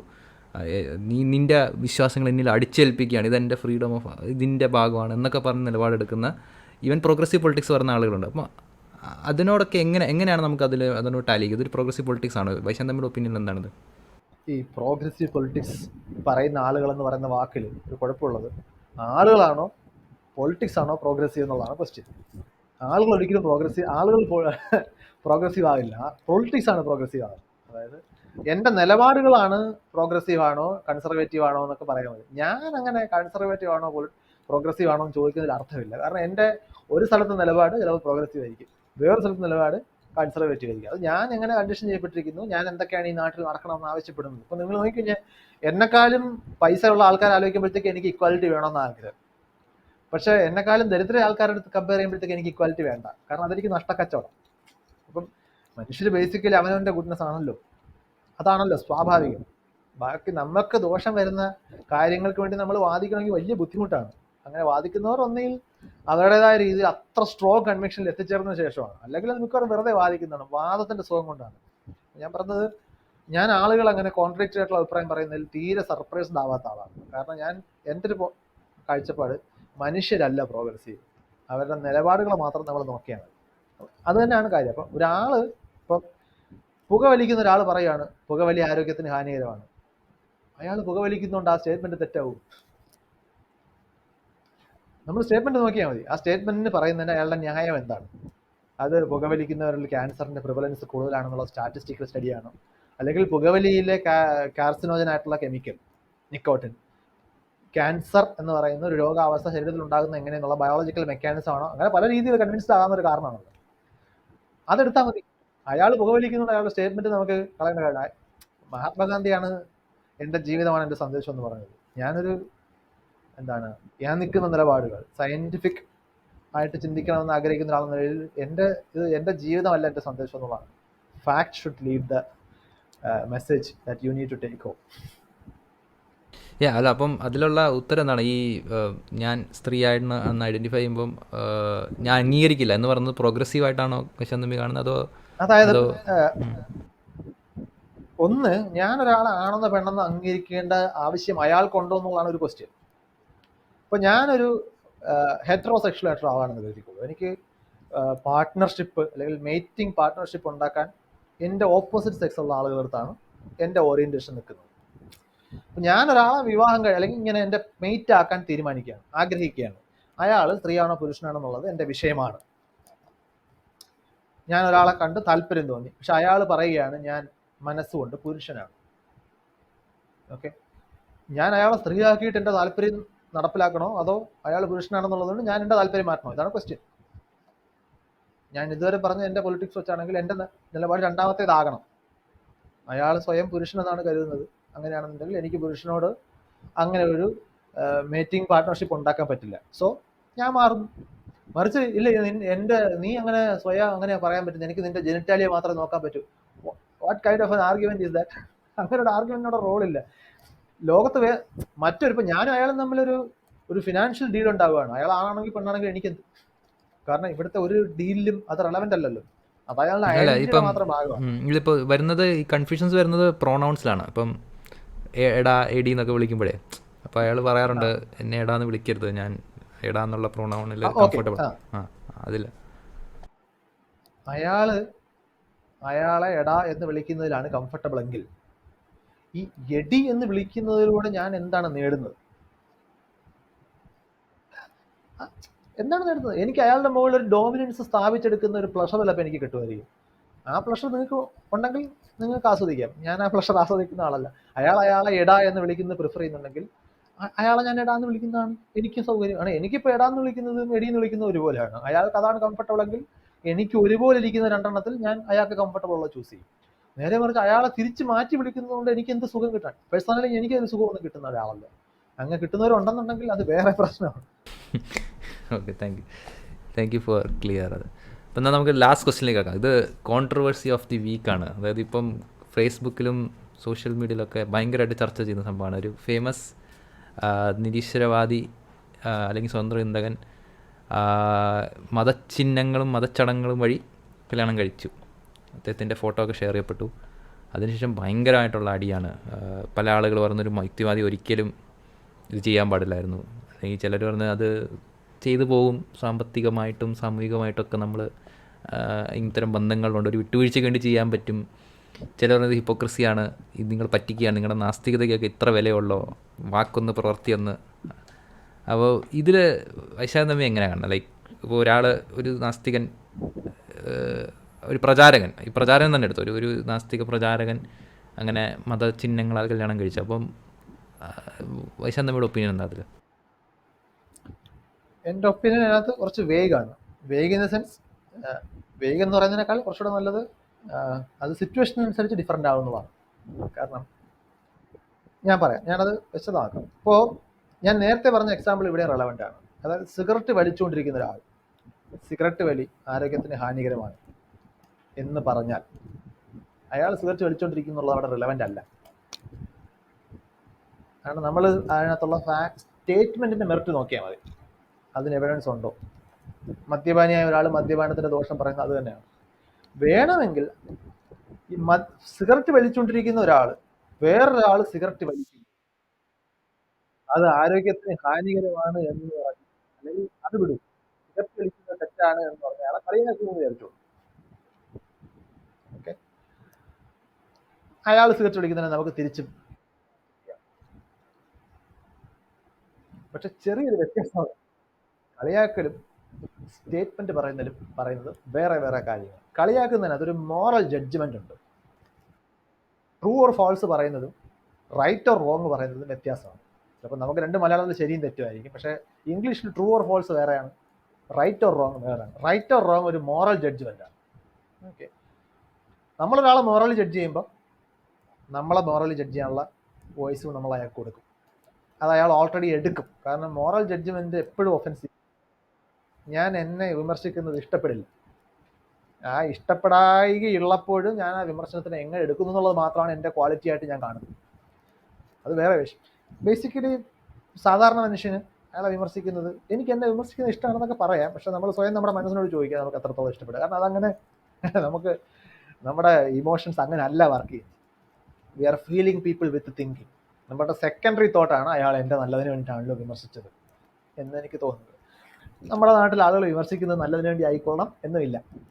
ഞാൻ പറയും, ഇതിനകത്ത് ഈ ഫ്ലൂയിഡ് ആണ് എന്ന് പറയുന്നതിന് കാരണം, അല്ലെങ്കിൽ ന്യൂവാൻസസ് ഉണ്ടെന്ന് പറയുന്നതിന് കാരണം, ഈ ഒരേ കാര്യത്തെ പല ആളുകൾ വിമർശിക്കുമ്പോൾ എല്ലാവരും ഒരേ ആറ്റിറ്റ്യൂഡ് കൊണ്ടല്ല ചെയ്യുന്നത്. ചില ആളുകൾ പഴയ കണക്ക് തീർക്കുന്നതായിരിക്കും. ഇവൻ പണ്ട് എന്നെ കുറെ കളിയാക്കിയത്, ഞാൻ ഓങ്ങി വെച്ചിരുന്ന ചാൻസ് ഞാൻ കിട്ടിയ കൊല്ലത്ത് കിട്ടും, ഈ ലോജിക്കാക്കി ചിലപ്പോൾ വർക്ക് ചെയ്യുന്നു. ചില ആളുകളെ ബാധിക്കുന്നത് ഈ പറഞ്ഞതുപോലെ അവർ പണ്ട് മതവിശ്വാസി ആയിരുന്നപ്പോൾ ഉണ്ടായിരുന്ന അതേ ഈ വീറും വാശിയും പുതിയ ആശയത്തോട് അവർ കാണിക്കുന്നതാണ്. അപ്പോൾ അതായത് നമ്മൾ ശ്രദ്ധിച്ചു കഴിഞ്ഞാൽ ഈ ഡ്രൈവിംഗ് ലൈസൻസ് വന്നിട്ട് സച്ചി സംവിധാനിച്ച ഒരു സിനിമ ഉണ്ടല്ലോ, പൃഥ്വിരാജും. അതിനകത്ത് ഈ ആ സിനിമാ നടന്റെ ക്യാരക്ടറിന്റെ ആരാധകനായിരുന്ന മോട്ടോർ വെഹിക്കിൾ ഇൻസ്പെക്ടർ ഒരു മോശം എക്സ്പീരിയൻസ് തുറന്ന് പെട്ടെന്ന് അയാളുടെ ശത്രുവാകുന്നു. കാരണം നമ്മൾ ആളുകളെ ഇഷ്ടപ്പെടുമ്പോൾ നമ്മൾ ആൾക്കാരെ ഓൺ ചെയ്യുകയും കൂടെ ചെയ്തു കളയും. സിനിമാ നടന്മാരായാലും ഏത് സെലിബ്രിറ്റീസ്, നമ്മളെ സ്വാധീനിച്ചതായിട്ട് പറയുന്ന പല ആളുകളെയും കുറച്ച് കഴിയുമ്പോൾ നമ്മളങ്ങ് ഏറ്റെടുക്കും. പിന്നെ അവരെന്ത് ചെയ്യണം ചെയ്യേണ്ടെന്ന് നമ്മൾ സ്വയം അറിയാതെ നമ്മൾ മനസ്സിലങ്ങ് തീരുമാനിച്ചു കളയും. അപ്പോൾ അതല്ലാത്തൊരു കാര്യം അവർ ചെയ്യുമ്പോൾ വളരെ പെട്ടെന്ന് നമ്മളൊരു പ്രയോഗം ഉണ്ടല്ലോ, കുലംകുത്തി, നമ്മുടെ കൂടെ നിന്നിട്ട് നമുക്കിട്ട് പണിഞ്ഞൊരാളായിട്ട് നമുക്ക് തോന്നും. അപ്പം ആ ദേഷ്യം നമ്മൾ പ്രകടിപ്പിക്കും. പല ആളുകളും ഈ മതവിശ്വാസം വിട്ട് വരുമ്പോൾ തിരിച്ച് മതങ്ങളെ ആക്രമിക്കുന്നതിനകത്ത് ഇതേ യുക്തിയാണ് ഉള്ളത്. കുറേ കാലം ഇതെന്നെ പറ്റിച്ചതാണ്. ആ വാശിപ്പുറത്താണ് പല ആളുകളും. അത് നമ്മൾ ന്യൂലി കൺവേർട്ട് ക്രിസ്ത്യാനികൾ ബൈബിളിനെ കൂടുതൽ കെട്ടിപ്പിടിക്കുക എന്ന് പറയുന്ന പോലെ ഈ പെട്ടെന്ന് ഈ അടുത്തിടെ യുക്തിവാദിയായ ആൾക്കാർ മതങ്ങളെ കൂടുതൽ ബലത്തിൽ ആക്രമിക്കുന്ന കാണാൻ പറ്റും. ഇതാണ് അതിൻ്റെ കാര്യം. ഇതൊരു കൂറ് തെളിയിക്കലൂടെയാണ്. ഞാൻ ഇവിടെ ആണടാ ഉറപ്പിച്ചു, ഞാൻ ഇപ്പുറത്ത് എത്തി എന്ന് അവരെയും ഞാൻ നിങ്ങളുടെ കൂട്ടത്തിലാണെന്ന് ഇവിടെ ഉള്ളവരെയും ബോധിപ്പിക്കുന്നതിന് വേണ്ടി ചെയ്യുന്നതെന്ന് തോന്നുന്നു. ഞാൻ പറഞ്ഞത് ഇങ്ങനെ പല കൂട്ടരുണ്ട് ഇതിനകത്ത്. അപ്പോൾ അതുകൊണ്ടാണ് ഞാൻ ഈ വിമർശനങ്ങളെ ഒരുമിച്ച് അഡ്രസ്സ് ചെയ്യാൻ പറ്റില്ല എന്ന് പറയുന്നത്. എല്ലാവരുടെയും വിമർശനത്തിന് ഒരേ ടോണല്ല. അപ്പോൾ യുക്തിവാദം പ്രചരിപ്പിക്കുന്ന ഒരാൾ അയാൾ പറഞ്ഞത്, അയാളിപ്പോൾ മതവിശ്വാസങ്ങൾക്ക് അല്ലെങ്കിൽ ആചാരങ്ങൾക്കോ എതിരായിട്ട് അയാൾ സംസാരിച്ചിട്ടുണ്ടാകും. അത് അന്ധവിശ്വാസങ്ങളാണെന്നും അത് അശാസ്ത്രീയമാണെന്നും സംസാരിച്ചിട്ടുണ്ടാവും. ഇപ്പം ഞാൻ എൻ്റെ ഉദാഹരണം എടുത്ത് ഞാനാണെന്ന് വിചാരിച്ചോളൂ. ഞാൻ മരണാനന്തര ചടങ്ങുകൾ അന്ധവിശ്വാസമാണ് എന്നും അതുകൊണ്ട് പ്രത്യേകിച്ചൊന്നും ചെയ്യാനില്ല എന്നും വാദിക്കുന്ന ഒരാളാണ്, അല്ലെങ്കിൽ വാദിച്ചിട്ടുള്ള ഒരാളാണെന്ന് കരുതിക്കോ. എനിക്ക് വേണ്ടപ്പെട്ട ഒരാൾ മരിക്കുമ്പോൾ മരണാനന്തര ചടങ്ങുകൾ ചെയ്യുന്നതായിട്ട് കണ്ടു എന്ന് വിചാരിച്ചു. ഓക്കെ, ഞാൻ അവിടെ കാണുന്ന പ്രശ്നം, ഞാനത് ചെയ്യുന്നത് കൊണ്ട് പെട്ടെന്ന് മരണാനന്തര ചടങ്ങുകൾ ശാസ്ത്രീയവും വസ്തുനിഷ്ഠവുമാണെന്ന് ഞാൻ വാദിക്കുമ്പോഴാണ് പ്രശ്നം തുടങ്ങുന്നത്. മറിച്ച് ഞാൻ പറയുകയാണ് ഇത് അന്ധവിശ്വാസമാണ്, ഇത് അശാസ്ത്രീയമാണ്, ഞാൻ പക്ഷേ ഇത് ചെയ്യുക. സിഗരറ്റ് ഹാനികരമാണ്, പക്ഷെ ഞാൻ സിഗരറ്റ് വലിക്കുകയാണ്. ഓക്കെ, ഞാൻ പറയുന്നതിൻ്റെ കാരണം എന്താണെന്നുള്ളതാണ് നോക്കേണ്ടത്. മരണാനന്തര ചടങ്ങുകൾ എന്തുകൊണ്ട് അശാസ്ത്രീയമാണ്, എന്തുകൊണ്ട് അത് അൺസയൻറ്റിഫിക് ആവുന്നു, അതിന് സയൻസിൻ്റെ പ്രിൻസിപ്പിൾസ് വെച്ചാണ് അൺസയൻറ്റിഫിക് ആകുന്നത്. എൻ്റെ ജീവിതമാണ് എൻ്റെ സന്ദേശമെങ്കിലാണ് ഞാനത് ചെയ്യുമ്പോൾ അത് പെട്ടെന്ന് ശാസ്ത്രീയമാകും. അതാവുന്നുണ്ടോ ഇല്ലയോ എന്നുള്ളത് ഇത് ഓരോരുത്തരും, ഞാൻ പറഞ്ഞത് ഇപ്പോൾ ഒരു പ്രത്യേക സംഭവം വെച്ച് നമുക്കതിനെ പറയാൻ പറ്റില്ല. ജനറലൈസ്ഡ് ഈ നമ്മൾ യുക്തിവാദം പോലുള്ള അല്ലെങ്കിൽ ഇതുപോലുള്ള സയൻറ്റിഫിക് ടെമ്പർ പോലുള്ള ആശയങ്ങളിലേക്ക് വരുമ്പോൾ നമുക്ക് എപ്പോഴും ഈ പ്രശ്നം എന്ന് വെച്ചാൽ നമുക്ക് ഈ വ്യക്തികളെയും ജനറൽ സ്റ്റേറ്റ്മെൻറ്റുകളെയും തമ്മിൽ തിരിച്ചറിയാനുള്ള ഒരു കഴിവും കൂടെ വേണം. അപ്പോൾ ഞാൻ അന്ധവിശ്വാസം അല്ലെങ്കിൽ മന്ത്രവാദം എന്ന അന്ധവിശ്വാസത്തിനെതിരെ ഞാൻ സംസാരിക്കും. ഒരാൾ ചെയ്യുന്ന മന്ത്രവാദത്തിൻ്റെ പേരിൽ അയാൾക്കെതിരെ ഞാൻ സംസാരിക്കും. ഇത് രണ്ടും വളരെ ഡിഫറൻ്റ് ആയിട്ടുള്ള രണ്ട് കാര്യങ്ങളാണ്. ഇത് പലപ്പോഴും അന്ധവിശ്വാസങ്ങൾക്കെതിരെ സംസാരിക്കുന്ന ആളുകൾക്ക് തന്നെ വ്യക്തതയില്ലാത്തൊരു ഡിഫറൻസാണ്. പലപ്പോഴും അതാണ് ഈ മറുവശത്തേക്ക് കിട്ടുന്ന ഇത് ഇൻവൈറ്റ് ചെയ്യുന്നത്. ഇതിൽ ഞാൻ ശരിയും തെറ്റും കാണുന്നില്ല. ഞാനിത് നാച്ചുറലായിട്ടാണ് കാണുന്നത്. നേരത്തെ പറഞ്ഞതുപോലെ അതിനകത്ത് പല കളറുണ്ട്, പല റീസൺസ് ഉണ്ട് വിമർശനങ്ങൾക്ക്. പേഴ്സണലി എൻ്റെ നിലപാടെന്ന് പറയുന്നത് ഈ യുക്തിവാദി അരവണ പായസം കഴിക്കാമോ, യുക്തിവാദി തന്നെ വീണാൽ അമ്മയെന്ന് വിളിക്കാമോ, യുക്തിവാദി ലോട്ടറി എടുക്കാമോ, ലോട്ടറി എടുത്ത് അടിച്ചാൽ ചിരിക്കാമോ, ഇങ്ങനെയൊക്കെയുള്ള ഇതൊരു ഈ മാനുവൽ അടിസ്ഥാനപ്പെടുത്തിയിട്ടുള്ള യുക്തിവാദമാണ്. അങ്ങനെയാണെങ്കിൽ അത് മതവിശ്വാസത്തിൻ്റെ സ്വഭാവമാണ്. ഈ മാനുവൽ ഡൂസ് ആൻഡ് ഡോൺസ്. നമ്മൾ സ്വതന്ത്രമായിട്ട് ചിന്തിക്കുക എന്ന് പറഞ്ഞാൽ നമ്മൾക്ക് തോന്നുന്ന കാര്യങ്ങൾ ചെയ്യാം. നമുക്ക് ചെയ്യുന്ന കാര്യങ്ങൾ എന്ന് പറഞ്ഞാൽ നമ്മൾ ഇപ്പോൾ ഇവിടെ ഒരാൾ ഒരു റാഷണലിസ്റ്റ് പോപ്പുലറൈസ് ആയ ആൾ അയാൾ പറഞ്ഞ പല കാര്യങ്ങളെയും കോൺട്രഡിക്ടറി ആയിട്ടുള്ള കാര്യങ്ങൾ ചെയ്യുന്നതായിട്ട് ശ്രദ്ധയപ്പെട്ടതാണ് പ്രശ്നം. ഇതാണ് പ്രശ്നം എന്നുണ്ടെങ്കിൽ നമുക്ക് ചോദിക്കാൻ ചോദ്യം, did he do something illegal? അയാൾ നിയമവിരുദ്ധമായിട്ട് എന്തെങ്കിലും ചെയ്തോ? അയാൾ അണത്തിക്കലായിട്ട് എന്തെങ്കിലും ചെയ്തോ? ഇത്തരം ചോദ്യങ്ങൾക്ക് നമുക്ക് വേറെ ജൂറിസ്ഡിക്ഷനാണ്, അത് നമുക്ക് വേറെ ചർച്ച ചെയ്യാം. അങ്ങനെ ഇല്ലാത്തടത്തോളം കാലം നമുക്ക് അതിനകത്ത് മോറൽ ജഡ്ജ്മെൻറ്റിന് വലിയ റോളില്ല. നമുക്കത് ഇഷ്ടപ്പെടില്ല എന്നുള്ളത്. അപ്പം എനിക്കും ആഗ്രഹമുണ്ട് കേട്ടോ, ഞാൻ ആരെങ്കിലും അങ്ങനെ ജഡ്ജ് ചെയ്യാനുള്ള അവസരം കിട്ടിയാൽ ഉപയോഗിക്കാമായിരുന്നു. പക്ഷേ അൺഫോർച്ചുനേറ്റ്ലി അവിടെ അങ്ങനെ ഒരു മോറൽ ജഡ്ജ്മെൻറ്റ് റോളില്ല. ചെയ്യാൻ റോൾ ഉണ്ടായിരുന്നെങ്കിൽ എനിക്കും ചെയ്യാമായിരുന്നു. പക്ഷേ ഞാൻ അതിനകത്ത് ആ റോള് കാണുന്നില്ല. നമുക്ക് ചെയ്യാൻ പറ്റും. നമ്മൾ യുക്തിവാദവും സയൻറ്റിഫിക് ടെമ്പറും ഒക്കെ പ്രചരിപ്പിക്കുമ്പോൾ നമ്മൾ ഫാക്ട്സ് ആർ റെലവൻറ്റ് എന്ന് പറയുമ്പോൾ അൺഫോർച്ചുനേറ്റ്ലി ഈ ഫാക്റ്റ് നമുക്ക് അങ്ങോട്ട് മനസ്സിലായില്ല. നമ്മളിപ്പോഴും ഈ പീപ്പിൾ ഫോക്കസ്ഡ് ആണ്. ഓക്കെ, തീർച്ചയായിട്ടും ഇതിനകത്തൊരു മറുവശമുണ്ട്. ഒരു ആശയത്തിന് വേണ്ടി വാദിച്ച ഒരാൾ അതിന് കരകവിരുദ്ധമായിട്ട് പെരുമാറുമ്പോൾ അയാൾ കൂടുതൽ വിസിബിലിറ്റി ഉള്ള ഒരാളാണെന്നുണ്ടെങ്കിൽ ആ ആശയത്തിൽ വേണ്ടത്ര വ്യക്തതയില്ലാതെ അപ്പുറത്തേക്കാണോ ഇപ്പുറത്തേക്കാണോ നിൽക്കുന്നത് അങ്ങനെ കൺഫ്യൂഷൻ നിൽക്കുന്ന ഒരാളിൻ്റെ യാത്ര കൂടുതൽ കൺഫ്യൂഷനിങ് ഉള്ളതാക്കാം. അയാൾ ചിലപ്പോൾ ഇപ്പുറത്തേക്ക് മറിയുന്നതിന് പകരം അപ്പുറത്തേക്ക് നിന്ന് തീരുമാനിച്ചേക്കും. അങ്ങനെ ഒരു ദോഷവശം അവിടെ ഉണ്ട്. പക്ഷേ അതിൻ്റെ പുറത്ത് ഒരാളുടെ ഫ്രീഡം നമുക്ക് കട്ട് ചെയ്യാൻ പറ്റില്ല. നിങ്ങളിതിനകത്ത് ഏതാണ് പ്രാധാന്യം കൊടുക്കുക എന്നുള്ളതാണ്. അതിനകത്ത് ഇപ്പോൾ ഒരു മോറൽ ജഡ്ജ്മെൻറ്റിൽ അല്ലെങ്കിൽ നമ്മൾ പൊതുവെ പറയുന്നത് ഹോളിയർ ദാൻ ദൗ എന്ന് പറയുന്ന ഒരു ആറ്റിറ്റ്യൂഡ് ഉണ്ട്. മോറൽ സുപ്പീരിയോറിറ്റി കൈവരിച്ചുകൊണ്ട് വേറൊരാളോട് അത്തരം ആറ്റിറ്റ്യൂഡോട് സംസാരിക്കുന്നവർക്ക് അങ്ങനെ സംസാരിക്കാം. നേരെ മറിച്ച് ആശയങ്ങൾക്ക് സംഭവിച്ചു പോകുന്ന ഒരു മൂല്യശോഷണത്തെ പേടിക്കുന്നവർക്ക് ആ വിഷമം അല്ലെങ്കിൽ ആ ധാർമ്മിക രോഷം പങ്കുവെക്കാം. അങ്ങനെ പലതരം ആളുകൾ അതിനകത്ത് ഈ രോഷം പ്രകടിപ്പിക്കുന്നവരിലുണ്ടാകും. അപ്പോൾ അത് നമുക്ക് കമൻറ്റിൽ നിന്ന് വായിക്കാൻ പറ്റില്ല, അത് വേറെയാണ്. ഇറ്റ് ഈസ് അത് എക്സ്പ്ലിസിറ്റ് അല്ല, അത് ഇംപ്ലിസിറ്റ് ആണ്. അപ്പോൾ അതറിയാതെ നമുക്ക് കമൻറ്റ് ചെയ്യാൻ പറ്റില്ല. ഇപ്പോൾ നമ്മൾ നോക്കിയാൽ മതി, ഓരോ ആളുകളുടെ നിലപാട് ഒന്നാണെങ്കിലും ഒരേ കാരണം കൊണ്ടല്ല അവർ ആ നിലപാടെടുക്കുന്നത്. അപ്പോൾ നമ്മളിനി എന്തൊക്കെ പറഞ്ഞാലും ആളുകൾക്ക് ചില ബയാസുകളുണ്ട്. അത് ഈ പൊതുവിൽ യുക്തിവാദികളാണ് കോഗ്നിറ്റീവ് ബയാസുകൾക്ക് കുറച്ച് ക്ലാസ് എടുക്കുന്നത്. പക്ഷെ അവർ സംസാരിക്കുമ്പോൾ പോലും ഇത് വിശ്വാസികൾക്കുള്ള എന്തോ കുഴപ്പമായിട്ടാണ് അവതരിപ്പിക്കുന്നത്. ഇത് മനുഷ്യർക്കുള്ള കുഴപ്പമാണ് ആക്ച്വലി. നിങ്ങൾ യുക്തിവാദി ആയാലും ഇതുണ്ട്. അപ്പം അത് നമ്മളൊന്ന് അക്സെപ്റ്റ് ചെയ്യുക എന്നുള്ളതാണ് എൻ്റെ പ്രധാന പ്രശ്നം. അപ്പോൾ ഞാൻ സമ്മപ്പ് ചെയ്ത് കഴിഞ്ഞാൽ I don't consider people to be the message, I consider ideas to be the message. അത് നമ്മൾ എടുക്കണോ വേണ്ട എന്നുള്ളതൊക്കെ നമ്മുടെ ചോയ്സാണ്. അതും കൂടെ ചേർന്നതാണ് സ്വാതന്ത്ര്യം. അതും കൂടെ ചേരുമ്പോഴാണ് നമ്മൾ ഡെമോക്രാറ്റിക് ആയിട്ടുള്ള സൊസൈറ്റി ജീവിക്കുന്നത്. ഓക്കെ, ഐ തിങ്ക് 1 മണിക്കൂർ 40 മിനിറ്റായി. കുറേ ലോങ് ഇൻട്രോ ആയിരുന്നു. വളരെ ഡൈവേഴ്സ് ആയിട്ടുള്ള കാര്യങ്ങൾ നമ്മൾ ജസ്റ്റ് 1 ലൈനേഴ്സും 2 ലൈനേഴ്സും ആയിട്ട് പറഞ്ഞു. ഇത്രയും എനിക്കറിയില്ല, വൈശാഖൻ കുറച്ച് ക്ഷീണിച്ചോ അത് എനിക്കൊന്ന് നമുക്ക് ഇന്നത്തെ ഒരു സെഷൻ നിർത്താമെന്നാണ് ഞാൻ കരുതുന്നത്. Thanks for coming. ഇനിയും വരിക, നമുക്ക് ഇനിയും കൊളാബ് ചെയ്യാം. ഇനിയും എന്തെങ്കിലും പ്രോഗ്രാംസ് ഒക്കെ ചെയ്യാമെങ്കിൽ please do come. Thanks for coming. Yeah, I'll try. Okay. See you.